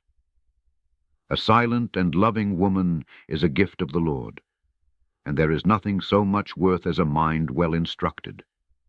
A shamefaced and faithful woman is a double grace, and her continent mind can't be valued. As the sun when it arises in the high heaven, so is the beauty of a good wife in the ordering of her house. As the clear light is upon the holy candlestick, so is the beauty of the face in ripe age. As the golden pillars are upon the sockets of silver, so are the fair feet with a constant heart. My son, keep the flower of your age sound, and give not your strength to strangers. When you have gotten a fruitful possession through all the field, sow it with your own seed, trusting in the goodness of your stock. So your race, which you leave, shall be magnified, having the confidence of their good descent. An harlot shall be accounted as spittle, but a married woman is a tower against death to her husband. A wicked woman is given as a portion to a wicked man, but a godly woman is given to him that fears the Lord. A dishonest woman contemns shame, but an honest woman will reverence her husband. A shameless woman shall be counted as a dog, but she that is shamefaced will fear the Lord. A woman that honors her husband shall be judged wise of all, but she that dishonors him in her pride shall be counted ungodly of all. A loud crying woman and a scold shall be sought out to drive away the enemies. There be 2 things that grieve my heart, and the 3rd makes me angry. A man of war that suffers poverty, and men of understanding that are not set by, and one that returns from righteousness to sin. The Lord prepares such an one for the sword. A merchant shall hardly keep himself from doing wrong, and an huckster shall not be freed from sin. Chapter 27. Many have sinned for a small matter, and he that seeks for abundance will turn his eyes away, As a nail sticks fast between the joinings of the stones, so does sin stick close between buying and selling. Unless a man hold himself diligently in the fear of the Lord, his house shall soon be overthrown. As when one sifts with a sieve, the refuse remains, so the filth of man in his talk. The furnace proves the potter's vessels, so the trial of man is in his reasoning. The fruit declares if the tree have been dressed, so is the utterance of a conceit in the heart of man. Praise no man before you hear him speak, for this is the trial of men. If you follow righteousness, you shall obtain her and put her on as a glorious long robe. The birds will resort to their like, so will truth return to them that practice in her. As the lion lies in wait for the prey, so sin for them that work iniquity. The discourse of a godly man is always with wisdom, but a fool changes as the moon. If you be among the indiscreet, observe the time, but be continually among men of understanding. The discourse of fools is irksome, and their sport is the wantonness of sin. The talk of him that swears much makes the hair stand upright, and their brawls make one stop his ears. The strife of the proud is blood-shedding, and their revilings are grievous to the ear. Whoso discovers secrets loses his credit, and shall never find friend to his mind. Love your friend, and be faithful to him. But if you betray his secrets, follow no more after him. For as a man has destroyed his enemy, so have you lost the love of your neighbor. As one that lets a bird go out of his hand, so have you let your neighbor go, and shall not get him again. Follow after him no more, for he is too far off. He is as a roe escaped out of the snare. As for a wound, it may be bound up, and after reviling there may be reconcilement. But he that betrays secrets is without hope. He that winks with the eyes works evil, and he that knows him will depart from him. When you are present, he will speak sweetly and will admire your words, but at the last he will writhe his mouth and slander your sayings. I have hated many things, but nothing like him, for the Lord will hate him. Whoso casts a stone on high casts it on his own head, and a deceitful stroke shall make wounds. Whoso digs a pit shall fall therein, and he that sets a trap shall be taken therein. He that works mischief, it shall fall upon him, and he shall not know whence it comes. Mockery and reproach are from the proud, but vengeance as a lion shall lie in wait for them. They that rejoice at the fall of the righteous shall be taken in the snare, and anguish shall consume them before they die. Malice and wrath, even these are abominations, and the sinful man shall have them both. Chapter 28. He that revenges shall find vengeance from the Lord, and he will surely keep his sins in remembrance. Forgive your neighbor the hurt that he has done to you, so shall your sins also be forgiven when you pray. One man bears hatred against another, and does he seek pardon from the Lord? He shows no mercy to a man which is like himself, and does he ask forgiveness of his own sins? If he that is but flesh nourish hatred, who will entreat for pardon of his sins? Remember your end, and let enmity cease. Remember corruption and death, and abide in the commandments. Remember the commandments, and bear no malice to your neighbor. Remember the covenant of the highest, and wink at ignorance. Abstain from strife, and you shall diminish your sins. For a furious man will kindle strife, a sinful man disquiets friends, and makes debate among them that be at peace. As the matter of the fire is, so it burns, and as a man's strength is, so is his wrath. And according to his riches his anger rises, and the stronger they are which contend, the more they will be inflamed. And hasty contention kindles a fire, and hasty fighting sheds blood. If you blow the spark, it shall burn. If you spit upon it, it shall be quenched. And both these come out of your mouth. Curse the whisperer and double-tongued, for such have destroyed many that were at peace. A backbiting tongue has disquieted many, and driven them from nation to nation. Strong cities has it pulled down, and overthrown the houses of great men. A backbiting tongue has cast out virtuous women, and deprived them of their labors. Whoso hearkens to it shall never find rest, and never dwell quietly. The stroke of the whip makes marks in the flesh, but the stroke of the tongue breaks the bones. Many have fallen by the edge of the sword, but not so many as have fallen by the tongue. Well is he that is defended through the venom thereof, who has not drawn the yoke thereof, nor has been bound in her bands. For the yoke thereof is a yoke of iron, and the bands thereof are bands of brass. The death thereof is an evil death, the grave were better than it. It shall not have rule over them that fear God, neither shall they be burned with the flame thereof. Such as forsake the Lord shall fall into it, and it shall burn in them, and not be quenched. It shall be sent upon them as a lion, and devour them as a leopard. Look that you hedge your possession about with thorns, and bind up your silver and gold, and weigh your words in a balance, and make a door and bar for your mouth. Beware you slide not by it, lest you fall before him that lies in wait. Chapter 29. He that is merciful will lend to his neighbor, and he that strengthens his hand keeps the commandments. Lend to your neighbor in time of his need, and pay you your neighbor again in due season. Keep your word, and deal faithfully with him, and you shall always find the thing that is necessary for you. Many, when a thing was lent them, reckoned it to be found, and put them to trouble that helped them. Till he has received, he will kiss a man's hand, and for his neighbor's money he will speak submissly. But when he should repay, he will prolong the time, and return words of grief, and complain of the time. If he prevail, he shall hardly receive the half, and he will count as if he had found it. If not, he has deprived him of his money, and he has gotten him an enemy without cause. He pays him with cursings and railings, and for honor he will pay him disgrace. Many therefore have refused to lend for other men's ill-dealing, fearing to be defrauded. Yet have you patience with a man in poor estate, and delay not to show him mercy.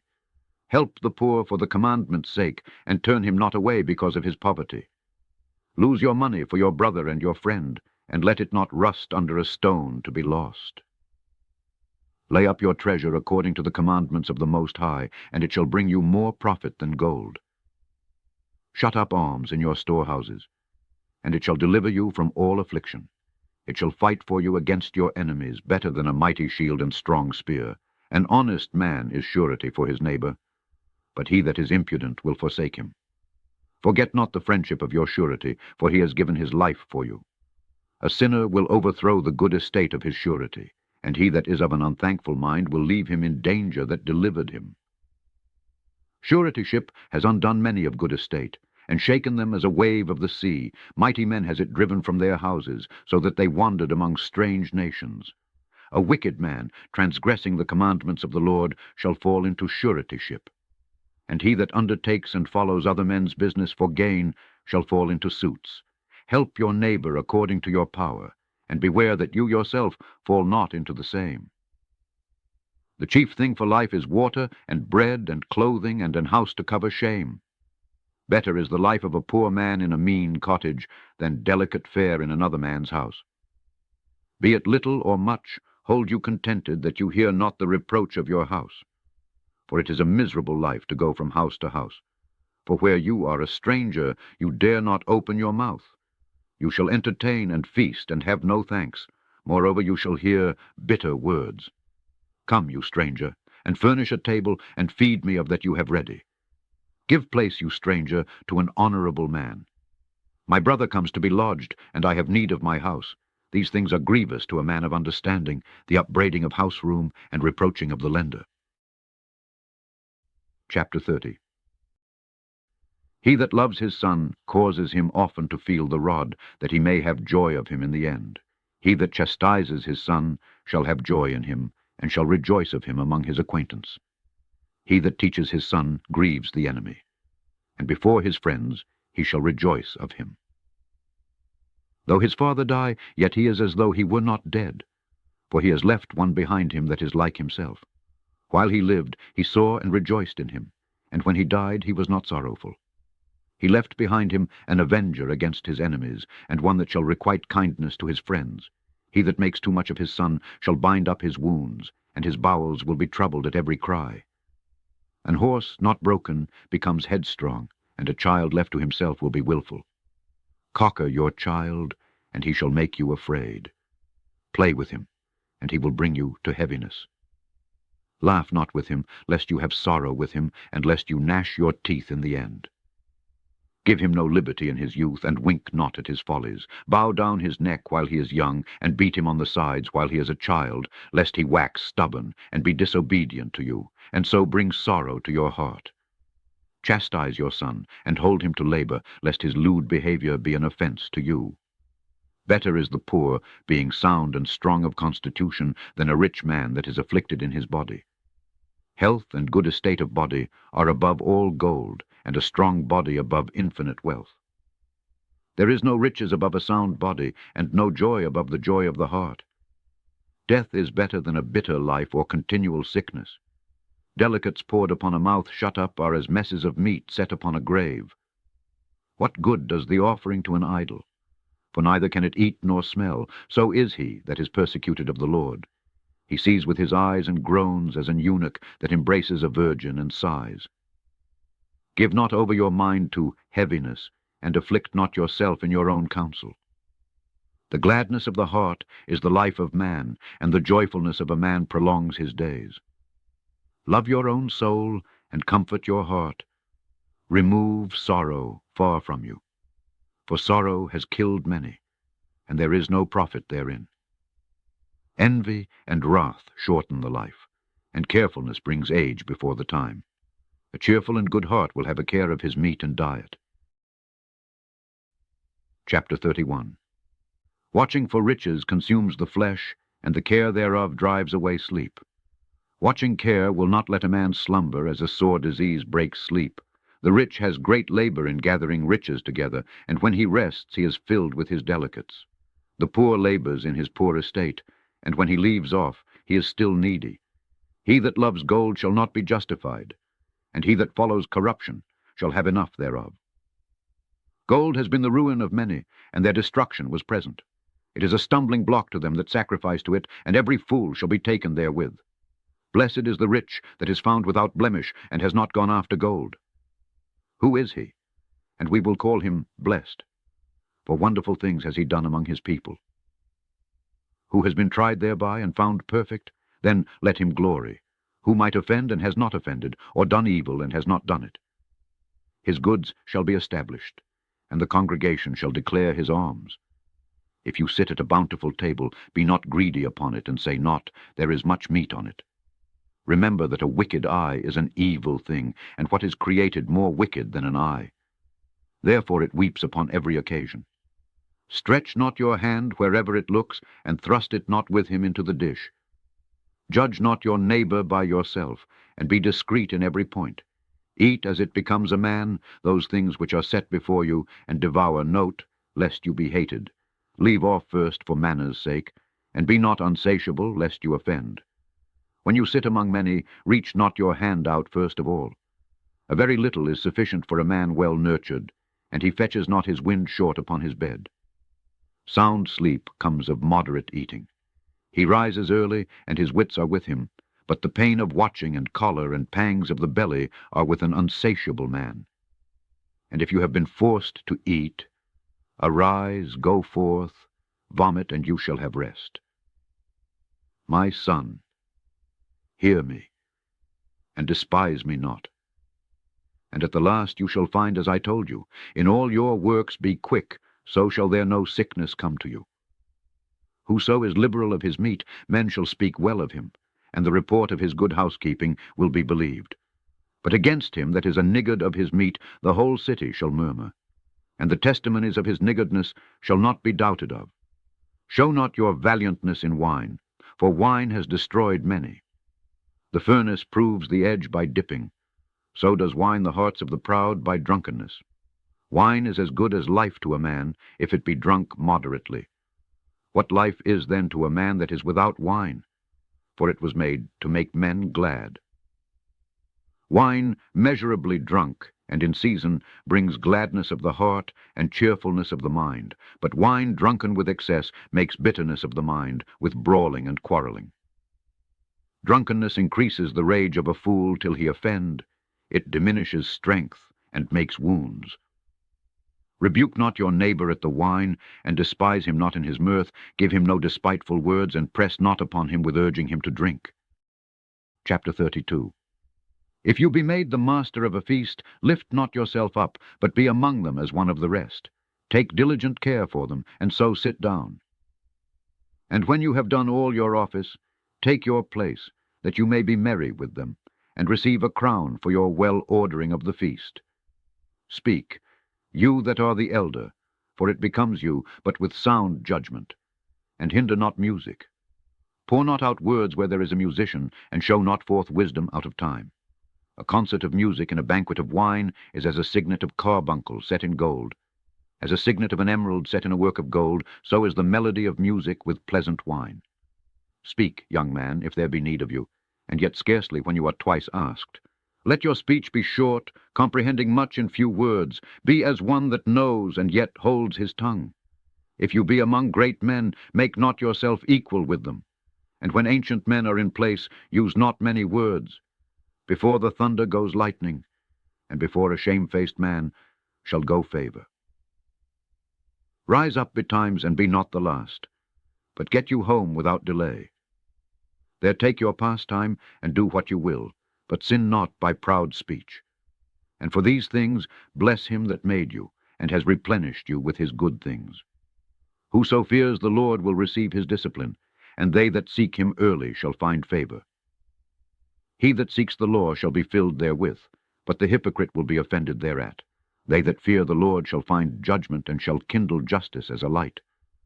A sinful man will not be reproved, but finds an excuse according to his will. A man of counsel will be considerate, but a strange and proud man is not daunted with fear, even when of himself he has done without counsel. Do nothing without advice. And when you have once done, repent not. Go not in a way wherein you may fall, and stumble not among the stones. Be not confident in a plain way. And beware of your own children. In every good work trust your own soul, for this is the keeping of the commandments. He that believes in the Lord takes heed to the commandment, and he that trusts in him shall fare never the worse. Chapter 33. There shall no evil happen to him that fears the Lord, but in temptation even again he will deliver him. A wise man hates not the law, but he that is an hypocrite therein is as a ship in a storm. A man of understanding trusts in the law, and the law is faithful to him as an oracle. Prepare what to say, and so you shall be heard, and bind up instruction, and then make answer. The heart of the foolish is like a cartwheel, and his thoughts are like a rolling axle-tree. A stallion horse is as a mocking friend. He neighs under every one that sits upon him. Why does one day excel another, when as all the light of every day in the year is of the sun? By the knowledge of the Lord they were distinguished, and he altered seasons and feasts. Some of them has he made high days, and hallowed them, and some of them has he made ordinary days. And all men are from the ground, and Adam was created of earth. In much knowledge the Lord has divided them, and made their ways diverse. Some of them has he blessed and exalted, and some of them he sanctified and set near himself. But some of them has he cursed and brought low, and turned out of their places.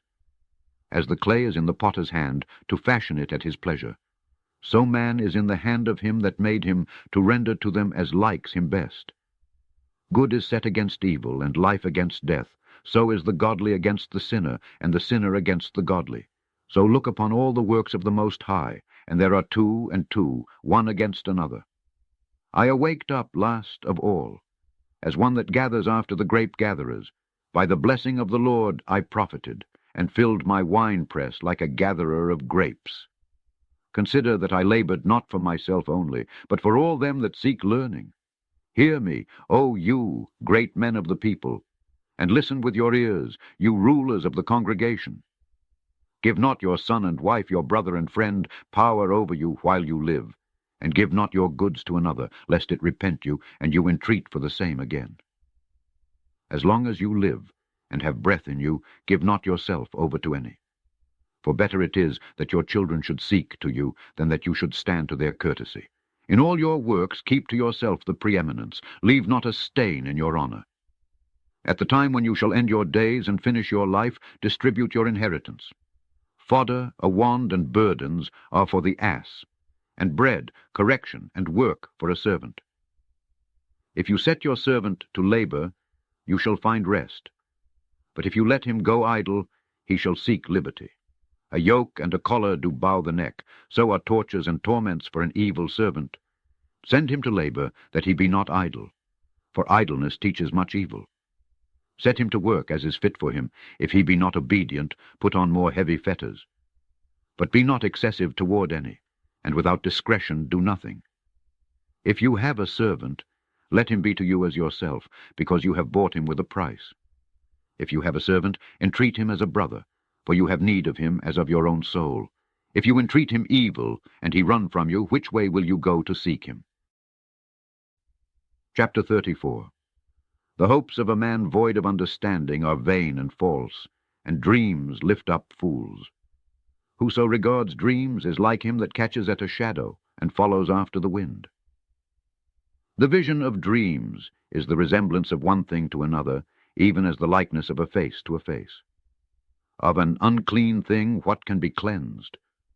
And from that thing which is false, what truth can come? Divinations and soothsayings and dreams are vain, and the heart fancies as a woman's heart in travail. If they be not sent from the Most High in your visitation, set not your heart upon them, for dreams have deceived many, and they have failed that put their trust in them. The law shall be found perfect without lies, and wisdom is perfection to a faithful mouth. A man that has traveled knows many things, and he that has much experience will declare wisdom. He that has no experience knows little, but he that has traveled is full of prudence. When I traveled, I saw many things, and I understand more than I can express.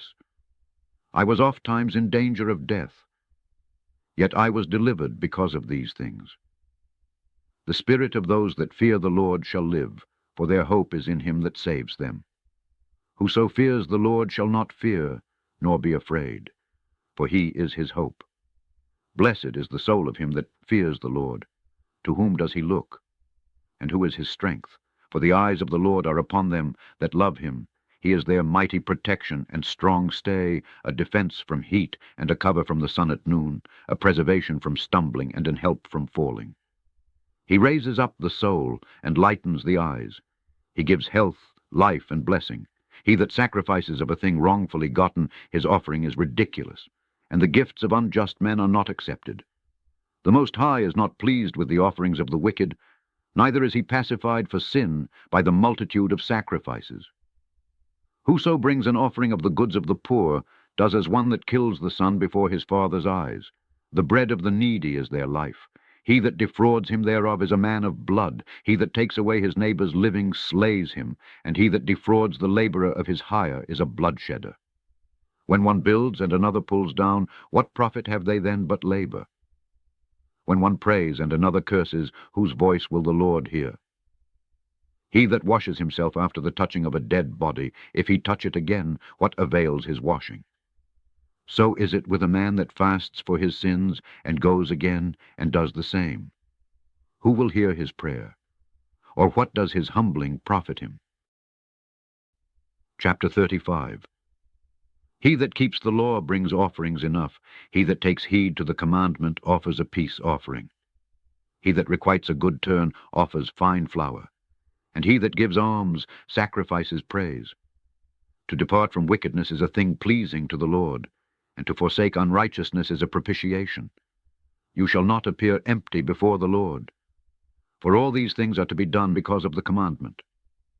The offering of the righteous makes the altar fat, and the sweet savor thereof is before the Most High. The sacrifice of a just man is acceptable, and the memorial thereof shall never be forgotten. Give the Lord his honor with a good eye, and diminish not the first fruits of your hands. In all your gifts show a cheerful countenance, and dedicate your tithes with gladness. Give to the Most High according as he has enriched you, and as you have gotten, give with a cheerful eye. For the Lord recompenses, and will give you 7 times as much. Do not think to corrupt with gifts, for such he will not receive. And trust not to unrighteous sacrifices, for the Lord is judge, and with him is no respect of persons. He will not accept any person against a poor man, but will hear the prayer of the oppressed. He will not despise the supplication of the fatherless, nor the widow when she pours out her complaint. Do not the tears run down the widow's cheeks? And is not her cry against him that causes them to fall? He that serves the Lord shall be accepted with favor, and his prayer shall reach to the clouds. The prayer of the humble pierces the clouds, and till it come near he will not be comforted, and will not depart, till the Most High shall behold to judge righteously and execute judgment. For the Lord will not be slack, neither will the mighty be patient toward them, till he have struck in sunder the loins of the unmerciful, and repaid vengeance to the heathen, till he have taken away the multitude of the proud, and broken the scepter of the unrighteous. Till he have rendered to every man according to his deeds, and to the works of men according to their devices, till he have judged the cause of his people, and made them to rejoice in his mercy. Mercy is seasonable in the time of affliction, as clouds of rain in the time of drought. Chapter 36. Have mercy upon us, O Lord God of all, and behold us, and send your fear upon all the nations that seek not after you. Lift up your hand against the strange nations, and let them see your power. As you were sanctified in us before them, so be you magnified among them before us. And let them know you, as we have known you, that there is no God but only you, O God. Show new signs, and make other strange wonders. Glorify your hand and your right arm, that they may set forth your wondrous works. Raise up indignation and pour out wrath. Take away the adversary and destroy the enemy. Sake the time short, remember the covenant, and let them declare your wonderful works. Let him that escapes be consumed by the rage of the fire, and let them perish that oppress the people. Strike in sunder the heads of the rulers of the heathen that say, there is none other but we. Gather all the tribes of Jacob together, and inherit you them as from the beginning. Though I was the last to wake up, yet I received their inheritance as from the beginning. O Lord, have mercy upon the people that is called by your name, and upon Israel, whom you have named your firstborn. O be merciful to Jerusalem, your holy city, the place of your rest. Fill Sion with your unspeakable oracles, and your people with your glory. Give testimony to those that you have possessed from the beginning, and raise up prophets that have been in your name. Reward them that wait for you, and let your prophets be found faithful. O Lord, hear the prayer of your servants, according to the blessing of Aaron over your people, that all they which dwell upon the earth may know that you are the Lord, the eternal God. The belly devours all meats, yet is one meat better than another. As the palate tastes various kinds of venison, so does an heart of understanding false speeches. A froward heart causes heaviness, but a man of experience will recompense him. A woman will receive every man, yet is one daughter better than another. The beauty of a woman cheers the countenance, and a man loves nothing better. If there be kindness, meekness, and comfort in her tongue, then is not her husband like other men. He that gets a wife begins a possession, a help like to himself, and a pillar of rest.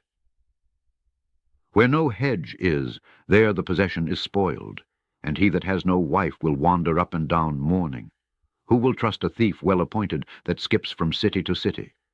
So who will believe a man that has no house and lodges wherever the night takes him? Chapter 37. Every friend says, I am his friend also, but there is a friend which is only a friend in name. Is it not a grief to death when a companion and friend is turned to an enemy? O wicked imagination, whence came you in to cover the earth with deceit? There is a companion which rejoices in the prosperity of a friend, but in the time of trouble will be against him. There is a companion which helps his friend for the belly, and takes up the buckler against the enemy. Forget not your friend in your mind, and be not unmindful of him in your riches. Every counselor extols counsel, but there is some that counsels for himself. Beware of a counselor, and know before what need he has. For he will counsel for himself, lest he cast the lot upon you, and say to you, your way is good, and afterward he stand on the other side, to see what shall befall you. Consult not with one that suspects you, and hide your counsel from such as envy you.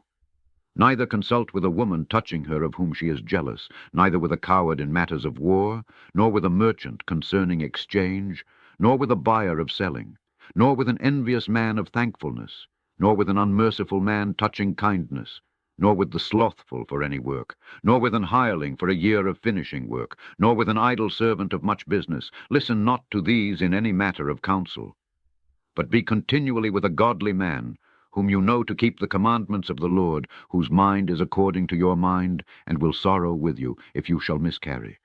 And let the counsel of your own heart stand, for there is no man more faithful to you than it. For a man's mind is sometime wont to tell him more than 7 watchmen that sit above in an high tower. And above all this pray to the Most High, that he will direct your way in truth. Let reason go before every enterprise, and counsel before every action. The countenance is a sign of changing of the heart. 4 manner of things appear, good and evil, life and death, but the tongue rules over them continually. There is one that is wise and teaches many, and yet is unprofitable to himself. There is one that shows wisdom in words and is hated. He shall be destitute of all food. For grace is not given him from the Lord, because he is deprived of all wisdom. Another is wise to himself, and the fruits of understanding are commendable in his mouth. A wise man instructs his people, and the fruits of his understanding fail not. A wise man shall be filled with blessing, and all they that see him shall count him happy. The days of the life of man may be numbered, but the days of Israel are innumerable. A wise man shall inherit glory among his people, and his name shall be perpetual. My son, prove your soul in your life, and see what is evil for it, and give not that to it.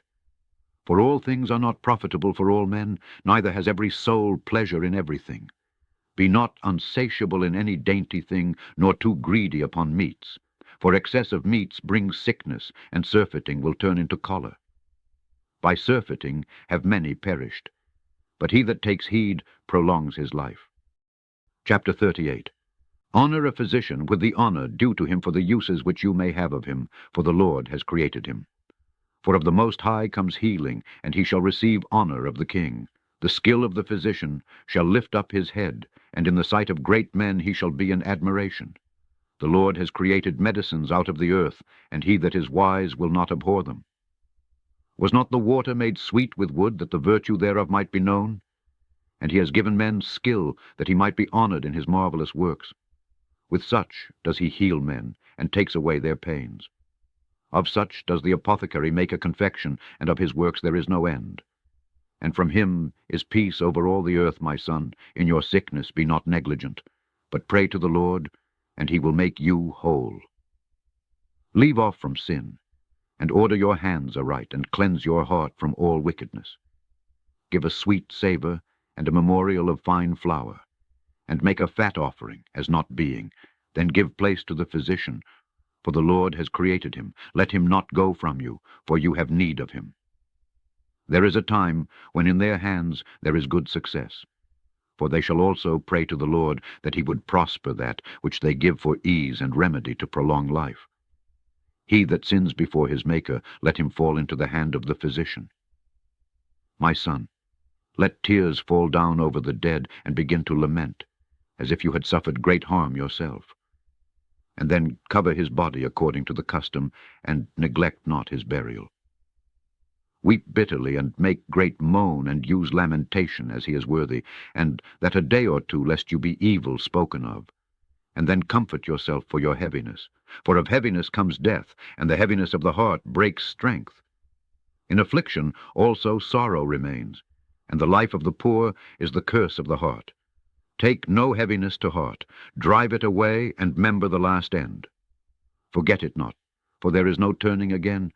You shall not do him good, but hurt yourself. Remember my judgment. For your also shall be so, yesterday for me, and today for you.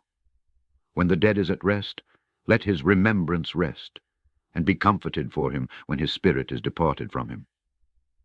The wisdom of a learned man comes by opportunity of leisure, and he that has little business shall become wise. How can he get wisdom that holds the plough, and that glories in the goad that drives oxen, and is occupied in their labors, and whose talk is of bullocks? He gives his mind to make furrows, and is diligent to give the kine fodder. So every carpenter and workmaster that labors night and day, and they that cut and grave seals, and are diligent to make great variety, and give themselves to counterfeit imagery, and watch to finish a work. The smith also sitting by the anvil, and considering the iron work, the vapor of the fire wastes his flesh, and he fights with the heat of the furnace. The noise of the hammer and the anvil is ever in his ears, and his eyes look still upon the pattern of the thing that he makes. He sets his mind to finish his work, and watches to polish it perfectly. So does the potter sitting at his work, and turning the wheel about with his feet, who is always carefully set at his work, and makes all his work by number. He fashions the clay with his arm, and bows down his strength before his feet.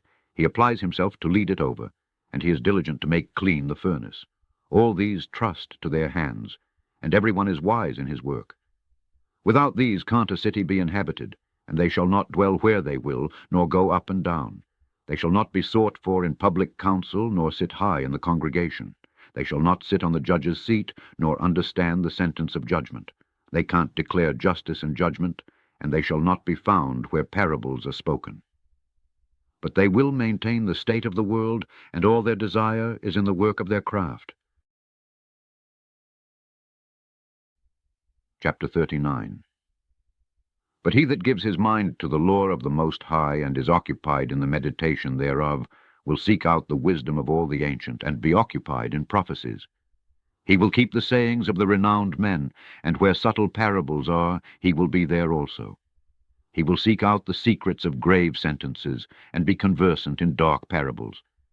He shall serve among great men, and appear before princes. He will travel through strange countries, for he has tried the good and the evil among men. He will give his heart to resort early to the Lord that made him, and will pray before the Most High, and will open his mouth in prayer, and make supplication for his sins. When the great Lord will, he shall be filled with the spirit of understanding. He shall pour out wise sentences, and give thanks to the Lord in his prayer. He shall direct his counsel and knowledge, and in his secrets shall he meditate. He shall show forth that which he has learned, and shall glory in the lore of the covenant of the Lord. Many shall commend his understanding, and so long as the world endures, it shall not be blotted out. His memorial shall not depart away, and his name shall live from generation to generation. Nations shall show forth his wisdom, and the congregation shall declare his praise. If he die, he shall leave a greater name than 1,000, and if he live, he shall increase it. Yet have I more to say which I have thought upon, for I am filled as the moon at the full. Listen to me, you holy children, and bud forth as a rose growing by the brook of the field, and give you a sweet savor as frankincense, and flourish as a lily. Send forth a smell, and sing a song of praise. Bless the Lord in all his works. Magnify his name, and show forth his praise with the songs of your lips, and with harps. And in praising him you shall say after this manner, All the works of the Lord are exceeding good, and whatever he commands shall be accomplished in due season. And none may say, What is this? Therefore is that. For at time convenient they shall all be sought out. At his commandment the waters stood as an heap, and at the words of his mouth the receptacles of waters. At his commandment is done whatever pleases him, and none can hinder when he will save. The works of all flesh are before him, and nothing can be hid from his eyes. He sees from everlasting to everlasting, and there is nothing wonderful before him. A man need not to say, What is this? Therefore is that, for he has made all things for their uses. His blessing covered the dry land as a river, and watered it as a flood. As he has turned the waters into saltness, so shall the heathen inherit his wrath. As his ways are plain to the holy, so are they stumbling blocks to the wicked. For the good are good things created from the beginning, so evil things for sinners. The principal things for the whole use of man's life are water, fire, iron, and salt, flour of wheat, honey, milk, and the blood of the grape, and oil, and clothing. All these things are for good to the godly. So to the sinners they are turned into evil. There be spirits that are created for vengeance, which in their fury lay on sore strokes. In the time of destruction they pour out their force, and appease the wrath of him that made them. Fire and hail and famine and death, all these were created for vengeance. teeth of wild beasts and scorpions, serpents, and the sword punishing the wicked to destruction. They shall rejoice in his commandment, and they shall be ready upon earth, when need is. And when their time is come, they shall not transgress his word. Therefore from the beginning I was resolved, and thought upon these things, and have left them in writing. All the works of the Lord are good, and he will give every needful thing in due season. So that a man can't say, this is worse than that, for in time they shall all be well approved. And therefore praise you the Lord with the whole heart and mouth, and bless the name of the Lord. Chapter 40. Great travail is created for every man, and an heavy yoke is upon the sons of Adam, from the day that they go out of their mother's womb, till the day that they return to the mother of all things. Their imagination of things to come, and the day of death trouble their thoughts, and cause fear of heart. From him that sits on a throne of glory, to him that is humbled in earth and ashes, from him that wears purple and a crown, to him that is clothed with a linen frock. Wrath and envy, trouble and unquietness, fear of death and anger and strife, and in the time of rest upon his bed, his night sleep, do change his knowledge. A little or nothing is his rest, and afterward he is in his sleep, as in a day of keeping watch, troubled in the vision of his heart, as if he were escaped out of a battle. When all is safe, he awakens, and marvels that the fear was nothing. Such things happen to all flesh, both man and beast, and that is sevenfold more upon sinners. Death and bloodshed, strife and sword, calamities, famine, tribulation, and the scourge. These things are created for the wicked, and for their sakes came the flood. All things that are of the earth shall turn to the earth again, and that which is of the waters does return into the sea. All bribery and injustice shall be blotted out, but true dealing shall endure forever. The goods of the unjust shall be dried up like a river, and shall vanish with noise, like a great thunder in rain. While he opens his hand, he shall rejoice. So shall transgressors come to nothing. The children of the ungodly shall not bring forth many branches, but are as unclean roots upon a hard rock. The weed growing upon every water and bank of a river shall be pulled up before all grass. Bountifulness is as a most fruitful garden, and mercifulness endures forever. To labor and to be content with that a man has is a sweet life, but he that finds a treasure is above them both. Children and the building of a city continue a man's name, but a blameless wife is counted above them both. Wine and music rejoice the heart, but the love of wisdom is above them both. The pipe and the lute make sweet melody, but a pleasant tongue is above them both. Your eye desires favor and beauty, but more than both corn while it is green. A friend and companion never meet amiss, but above both is a wife with her husband. Brethren and help are against time of trouble, but alms shall deliver more than them both. Gold and silver make the foot stand sure, but counsel is esteemed above them both. Riches and strength lift up the heart. But the fear of the Lord is above them both. There is no lack in the fear of the Lord, and it needs not to seek help. The fear of the Lord is a fruitful garden, and covers him above all glory. My son, lead not a beggar's life, for better it is to die than to beg.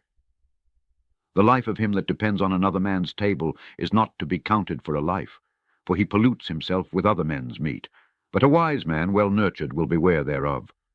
Begging is sweet in the mouth of the shameless, but in his belly there shall burn a fire. Chapter 41. O death, how bitter is the remembrance of you to a man that lives at rest in his possessions, to the man that has nothing to vex him, and that has prosperity in all things, yes, to him that is yet able to receive meat. O death, acceptable is your sentence to the needy, and to him whose strength fails, that is now in the last age, and is vexed with all things, and to him that despairs, and has lost patience. Fear not the sentence of death, remember them that have been before you, and that come after, for this is the sentence of the Lord over all flesh. And why are you against the pleasure of the Most High? There is no inquisition in the grave, whether you have lived 10 or 100 or 1,000 years. The children of sinners are abominable children, and they that are conversant in the dwelling of the ungodly. The inheritance of sinners' children shall perish, and their posterity shall have a perpetual reproach. The children will complain of an ungodly father, because they shall be reproached for his sake. Woe be to you, ungodly men, which have forsaken the law of the Most High God. For if you increase, it shall be to your destruction. And if you be born, you shall be born to a curse. And if you die, a curse shall be your portion. All that are of the earth shall turn to earth again. So the ungodly shall go from a curse to destruction. The mourning of men is about their bodies, but an ill name of sinners shall be blotted out.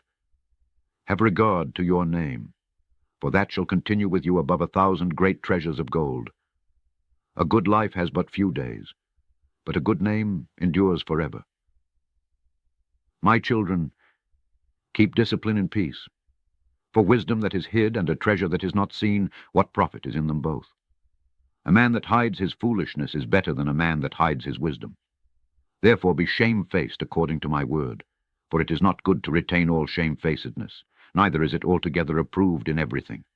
Be ashamed of whoredom before father and mother, and of a lie before a prince and a mighty man, of an offense before a judge and ruler, of iniquity before a congregation and people, of unjust dealing before your partner and friend, and of theft in regard of the place where you sojourn, and in regard of the truth of God and his covenant, and to lean with your elbow upon the meat, and of scorning to give and take, and of silence before them that salute you, and to look upon an harlot, and to turn away your face from your kinsman, or to take away a portion or a gift, or to gaze upon another man's wife, or to be overbusy with his maid, and come not near her bed, or of upbraiding speeches before friends, and after you have given, upbraid not. Chapter 42. Or of iterating and speaking again that which you have heard, and of revealing of secrets. So shall you be truly shamefaced and find favor before all men. Of these things be not you ashamed, and accept no person to sin thereby. Of the law of the Most High and his covenant, and of judgment to justify the ungodly, of reckoning with your partners and travelers, or of the gift of the heritage of friends, of exactness of balance and weights, or of getting much or little, and of merchants' indifferent selling, of much correction of children, and to make the side of an evil servant to bleed. Sure keeping is good where an evil wife is, and shut up where many hands are. Deliver all things in number and weight, and put all in writing that you give out or receive in. Be not ashamed to inform the unwise and foolish, and the extreme aged that contends with those that are young. Thus shall you be truly learned and approved of all men living. A daughter is a wakeful care to a father, and the care for her takes away sleep when she is young, lest she pass away the flower of her age, and being married, lest she should be hated. In her virginity, lest she should be defiled and gotten with child in her father's house. And having an husband, lest she should misbehave herself, and when she is married, lest she should be barren. Keep a sure watch over a shameless daughter, lest she make you a laughing-stock to your enemies, and a byword in the city, and a reproach among the people, and make you ashamed before the multitude. Behold not everybody's beauty, and sit not in the midst of women, for from garments comes a moth, and from women wickedness. Better is the churlishness of a man than a courteous woman, a woman, I say, which brings shame and reproach. I will now remember the works of the Lord, and declare the things that I have seen. In the words of the Lord are his works. The sun that gives light looks upon all things, and the work thereof is full of the glory of the Lord. The Lord has not given power to the saints to declare all his marvelous works, which the Almighty Lord firmly settled, that whatever is might be established for his glory. He seeks out the deep and the heart, and considers their crafty devices. For the Lord knows all that may be known, and he sees the signs of the world. He declares the things that are past, and for to come, and reveals the steps of hidden things. No thought escapes him, neither any word is hidden from him. He has garnished the excellent works of his wisdom, and he is from everlasting to everlasting. To him may nothing be added, neither can he be diminished, and he has no need of any counselor. Oh, how desirable are all his works, and that a man may see even to a spark. All these things live and remain forever for all uses, and they are all obedient. All things are double one against another, and he has made nothing imperfect. One thing establishes the good or another, and who shall be filled with beholding his glory? Chapter 43. The pride of the height, the clear firmament, the beauty of heaven with his glorious show. The sun, when it appears, declaring at his rising a marvelous instrument, the work of the Most High, at noon it parches the country, and who can abide the burning heat thereof? A man blowing a furnace is in works of heat, but the sun burns the mountains 3 times more. Breathing out fiery vapors and sending forth bright beams, it dims the eyes. Great is the Lord that made it, and at his commandment runs hastily. He made the moon also to serve in her season for a declaration of times and a sign of the world. From the moon is the sign of feasts, a light that decreases in her perfection. The month is called after her name, increasing wonderfully in her changing, being an instrument of the armies above, shining in the firmament of heaven, the beauty of heaven, the glory of the stars, an ornament giving light in the highest places of the Lord. At the commandment of the Holy One they will stand in their order, and never faint in their watches. Look upon the rainbow, and praise him that made it. Very beautiful it is in the brightness thereof. It encircles the heaven about with a glorious circle, and the hands of the Most High have bended it. By his commandment he makes the snow to fall apace, and sends swiftly the lightnings of his judgment. Through this the treasures are opened, and clouds fly forth as fowls. By his great power he makes the clouds firm, and the hailstones are broken small. At his sight the mountains are shaken, and at his will the south wind blows. The noise of the thunder makes the earth to tremble. So does the northern storm and the whirlwind. As birds flying he scatters the snow, and the falling down thereof is as the lighting of grasshoppers. The eye marvels at the beauty of the whiteness thereof, and the heart is astonished at the raining of it. The hoarfrost also as salt he pours on the earth, and being congealed it lies on the top of sharp stakes. When the cold north wind blows, and the water is congealed into ice, it remains upon every gathering together of water, and clothes the water as with a breastplate. It devours the mountains, and burns the wilderness, and consumes the grass as fire. A present remedy of all is a mist coming speedily, a dew coming after heat refreshes. By his counsel he appeases the deep, and plants islands therein. They that sail on the sea tell of the danger thereof, and when we hear it with our ears, we marvel thereat. For therein be strange and wondrous works, variety of all kinds of beasts and whales created. By him the end of them has prosperous success, and by his word all things consist. We may speak much, and yet come short. Therefore in sum, he is all. How shall we be able to magnify him? For he is great above all his works. The Lord is terrible and very great, and marvelous is his power. When you glorify the Lord, exalt him as much as you can, for even yet will he far exceed. And when you exalt him, put forth all your strength, and be not weary, for you can never go far enough. Who has seen him, that he might tell us? And who can magnify him as he is? There are yet hid greater things than these be, for we have seen but a few of his works. For the Lord has made all things, and to the godly has he given wisdom. Chapter 44. Let us now praise famous men, and our fathers that became the father of us. The Lord has wrought great glory by them through his great power from the beginning. Such as did bear rule in their kingdoms, men renowned for their power, giving counsel by their understanding, and declaring prophecies, leaders of the people by their counsels, and by their knowledge of learning, meet for the people. Wise and eloquent are their instructions, such as found out musical tunes, and recited verses in writing. Rich men, furnished with ability, living peaceably in their habitations. All these were honored in their generations, and were the glory of their times. There be of them that have left a name behind them, that their praises might be reported. And some there be which have no memorial, who are perished, as though they had never been, and are become as though they had never been born, and their children after them. But these were merciful men, whose righteousness has not been forgotten. With their seed shall continually remain a good inheritance, and their children are within the covenant.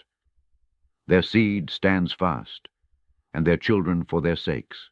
Their seed shall remain forever, and their glory shall not be blotted out. Their bodies are buried in peace. but their name lives forevermore. The people will tell of their wisdom, and the congregation will show forth their praise. Enoch pleased the Lord, and was translated, being an example of repentance to all generations.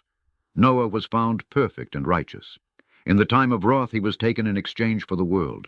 Therefore was he left as a remnant to the earth when the flood came. An everlasting covenant was made with him, that all flesh should perish no more by the flood. Abraham was a great father of many people. In glory was there none like to him, who kept the law of the Most High, and was in covenant with him. He established the covenant in his flesh, and when he was proved, he was found faithful. Therefore he assured him by an oath that he would bless the nations in his seed, and that he would multiply him as the dust of the earth, and exalt his seed as the stars, and cause them to inherit from sea to sea, and from the river to the utmost part of the land. With Isaac did he establish likewise for Abraham, his father's sake, the blessing of all men, and the covenant, and made it rest upon the head of Jacob. He acknowledged him in his blessing, and gave him an heritage, and divided his portions. Among the 12 tribes did he part them. And he brought out of him a merciful man, which found favor in the sight of all flesh, even Moses, beloved of God and men, whose memorial is blessed. Chapter 45. He made him like to the glorious saints, and magnified him, so that his enemies stood in fear of him. By his words he caused the wonders to cease, and he made him glorious in the sight of kings, and gave him a commandment for his people, and showed him part of his glory. He sanctified him in his faithfulness and meekness, and chose him out of all men. He made him to hear his voice, and brought him into the dark cloud, and gave him commandments before his face, even the law of life and knowledge, that he might teach Jacob his covenants, and Israel his judgments. He exalted Aaron, an holy man like to him, even his brother of the tribe of Levi. An everlasting covenant he made with him, and gave him the priesthood among the people. He beautified him with comely ornaments, and clothed him with a robe of glory. He put upon him perfect glory, and strengthened him with rich garments, with breeches, with a long robe, and the ephod. And he compassed him with pomegranates, and with many golden bells round about, that as he went there might be a sound, and a noise made that might be heard in the temple, for a memorial to the children of his people, with an holy garment, with gold, and blue silk, and purple, the work of the embroiderer, with a breastplate of judgment, and with Urim and Thummim, with twisted scarlet, the work of the cunning workman, with precious stones graven like seals, and set in gold, the work of the jeweler, with a writing engraved for a memorial after the number of the tribes of Israel. He set a crown of gold upon the mitre, wherein was engraved holiness, an ornament of honor, a costly work, the desires of the eyes goodly and beautiful. Before him there were none such, neither did ever any stranger put them on, but only his children and his children's children perpetually. Their sacrifices shall be wholly consumed every day, twice continually. Moses consecrated him, and anointed him with holy oil. This was appointed to him by an everlasting covenant, and to his seed, so long as the heavens should remain, that they should minister to him, and execute the office of the priesthood, and bless the people in his name. He chose him out of all men living to offer sacrifices to the Lord, incense, and a sweet savor for a memorial, to make reconciliation for his people. He gave to him his commandments, and authority in the statutes of judgments, that he should teach Jacob the testimonies, and inform Israel in his laws. Strangers conspired together against him, and maligned him in the wilderness, even the men that were of Dathan's and Abiron's side, and the congregation of Kor, with fury and wrath. This the Lord saw, and it displeased him, and in his wrathful indignation were they consumed. He did wonders upon them to consume them with the fiery flame. But he made Aaron more honorable, and gave him an heritage, and divided to him the firstfruits of the increase. Especially he prepared bread in abundance. For they eat of the sacrifices of the Lord, which he gave to him and his seed. Howbeit in the land of the people he had no inheritance, neither had he any portion among the people, for the Lord himself is his portion and inheritance. The third in glory is Phinehas, the son of Eleazar, because he had zeal in the fear of the Lord, and stood up with good courage of heart, when the people were turned back, and made reconciliation for Israel. Therefore was there a covenant of peace made with him, that he should be the chief of the sanctuary and of his people, and that he and his posterity should have the dignity of the priesthood forever. According to the covenant made with David, son of Jesse, of the tribe of Judah, that the inheritance of the king should be to his posterity alone, so the inheritance of Aaron should also be to his seed.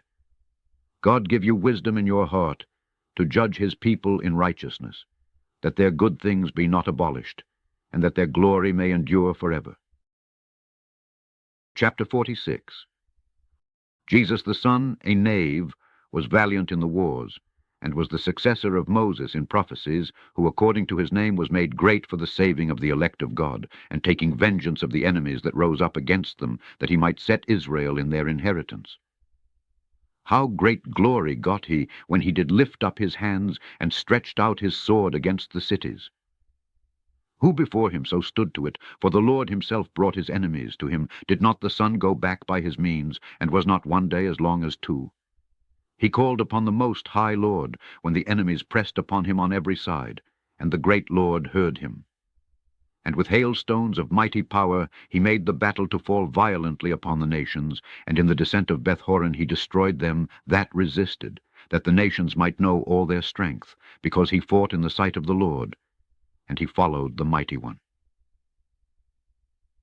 In the time of Moses also he did a work of mercy, he and Caleb the son of Jephunneh, in that they withstood the congregation, and withheld the people from sin, and appeased the wicked murmuring. And of 600,000 people on foot, they too were preserved, to bring them into the heritage, even to the land that flows with milk and honey. The Lord gave strength also to Caleb, which remained with him to his old age, so that he entered upon the high places of the land, and his seed obtained it for an heritage, that all the children of Israel might see that it is good to follow the Lord. And concerning the judges, every one by name, whose heart went not a whoring, nor departed from the Lord, let their memory be blessed. Let their bones flourish out of their place, and let the name of them that were honored be continued upon their children. Samuel, the prophet of the Lord, beloved of his Lord, established a kingdom, and anointed princes over his people. By the law of the Lord he judged the congregation, and the Lord had respect to Jacob. By his faithfulness he was found a true prophet, and by his word he was known to be faithful in vision. He called upon the mighty Lord, when his enemies pressed upon him on every side, when he offered the sucking lamb. And the Lord thundered from heaven, and with a great noise made his voice to be heard. And he destroyed the rulers of the Tyrians, and all the princes of the Philistines. And before his long sleep he made protestations in the sight of the Lord and his anointed, I have not taken any man's goods, so much as a shoe. And no man did accuse him. And after his death he prophesied, and showed the king his end, and lifted up his voice from the earth in prophecy, to blot out the wickedness of the people. Chapter 47. And after him rose up Nathan to prophesy in the time of David. As is the fat taken away from the peace offering, so was David chosen out of the children of Israel. He played with lions as with kids, and with bears as with lambs. Slew he not a giant, when he was yet but young? And did he not take away reproach from the people, when he lifted up his hand with the stone in the sling, and beat down the boasting of Goliath? For he called upon the Most High Lord, and he gave him strength in his right hand to kill that mighty warrior, and set up the horn of his people. So the people honored him with 10,000s, and praised him in the blessings of the Lord, in that he gave him a crown of glory. For he destroyed the enemies on every side, and brought to nothing the Philistines his adversaries, and brake their horn in sunder to this day. In all his works he praised the Holy One Most High with words of glory. With his whole heart he sung songs, and loved him that made him. He set singers also before the altar, that by their voices they might make sweet melody, and daily sing praises in their songs. He beautified their feasts, and set in order the solemn times until the end, that they might praise his holy name, and that the temple might sound from morning. The Lord took away his sins, and exalted his horn forever. He gave him a covenant of kings, and a throne of glory in Israel. After him rose up a wise son, and for his sake he lived at large. Solomon reigned in a peaceful time, and was honored. For God made all quiet round about him, that he might build an house in his name, and prepare his sanctuary forever. How wise was you in your youth, and as a flood filled with understanding! Your soul covered the whole earth, and you filled it with dark parables. Your name went far to the islands. and for your peace you were beloved. The countries marveled at you for your songs and proverbs and parables and interpretations. By the name of the Lord God, which is called the Lord God of Israel, you did gather gold as tin, and did multiply silver as lead. You did bow your loins to women, and by your body you were brought into subjection. You did stain your honor, and pollute your seed, so that you brought wrath upon your children, and was grieved for your folly. So the kingdom was divided, and out of Ephraim ruled a rebellious kingdom. But the Lord will never leave off his mercy. Neither shall any of his works perish, neither will he abolish the posterity of his elect, and the seed of him that loves him he will not take away. Therefore he gave a remnant to Jacob, and out of him a root to David. Thus rested Solomon with his fathers, and of his seed he left behind him Rehoboam, even the foolishness of the people, and one that had no understanding, who turned away the people through his counsel. There was also Jeroboam the son of Nebat, who caused Israel to sin, and showed Ephraim the way of sin. And their sins were multiplied exceedingly, that they were driven out of the land. For they sought out all wickedness, till the vengeance came upon them. Chapter 48. Then stood up Elias the prophet as fire, and his word burned like a lamp. He brought a sore famine upon them, and by his zeal he diminished their number. By the word of the Lord he shut up the heaven, and also 3 times brought down fire. O Elias, how was you honored in your wondrous deeds? And who made glory like to you?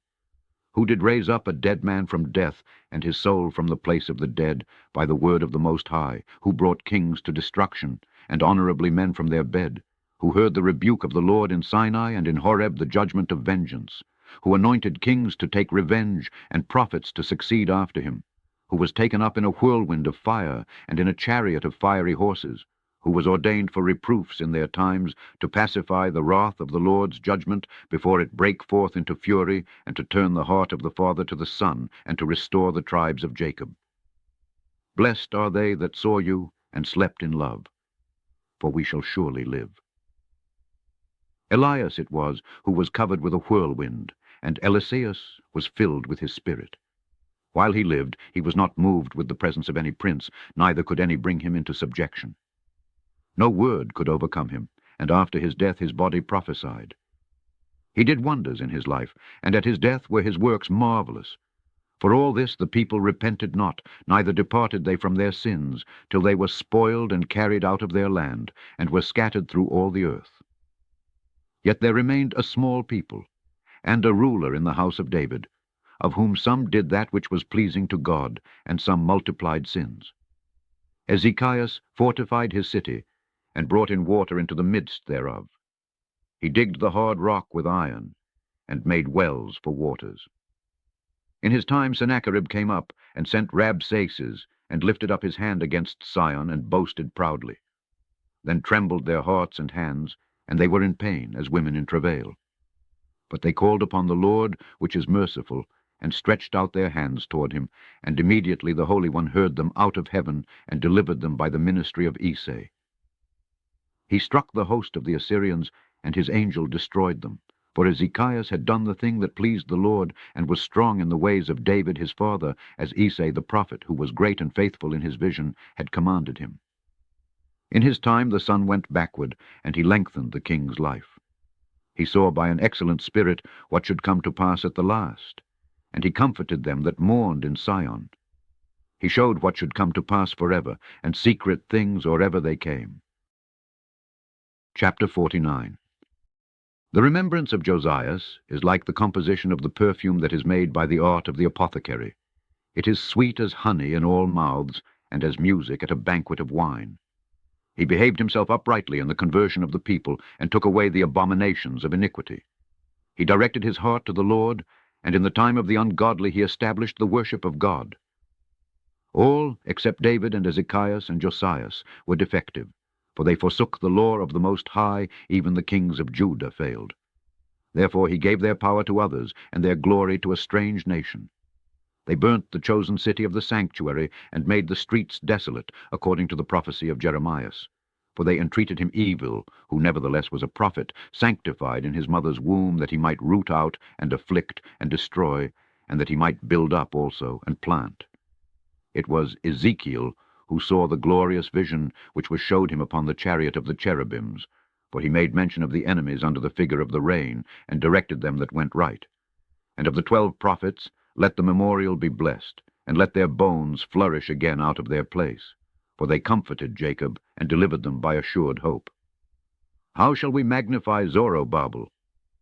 Even he was as a signet on the right hand. So was Jesus the son of Josedech, who in their time builded the house, and set up an holy temple to the Lord, which was prepared for everlasting glory. And among the elect was Nehemiah's, whose renown is great, who raised up for us the walls that were fallen, and set up the gates and the bars, and raised up our ruins again. But upon the earth was no man created like Enoch, for he was taken from the earth. Neither was there a young man born like Joseph, a governor of his brethren, a stay of the people, whose bones were regarded of the Lord. Sem and Seth were in great honor among men, and so was Adam above every living thing in creation. Chapter 50. Simon the high priest, the son of Onias, who in his life repaired the house again, and in his days fortified the temple, and by him was built from the foundation the double height, the high fortress of the wall about the temple. In his days the cistern to receive water, being in compass as the sea, was covered with plates of brass. He took care of the temple that it should not fall, and fortified the city against besieging. How was he honored in the midst of the people in his coming out of the sanctuary? He was as the morning star in the midst of a cloud, and as the moon at the full. As the sun shining upon the temple of the Most High, and as the rainbow giving light in the bright clouds, and as the flower of roses in the spring of the year, as lilies by the rivers of waters, and as the branches of the frankincense tree in the time of summer. As fire and incense in the censer, and as a vessel of beaten gold, set with all manner of precious stones, and as a fair olive tree budding forth fruit, and as a cypress tree which grows up to the clouds.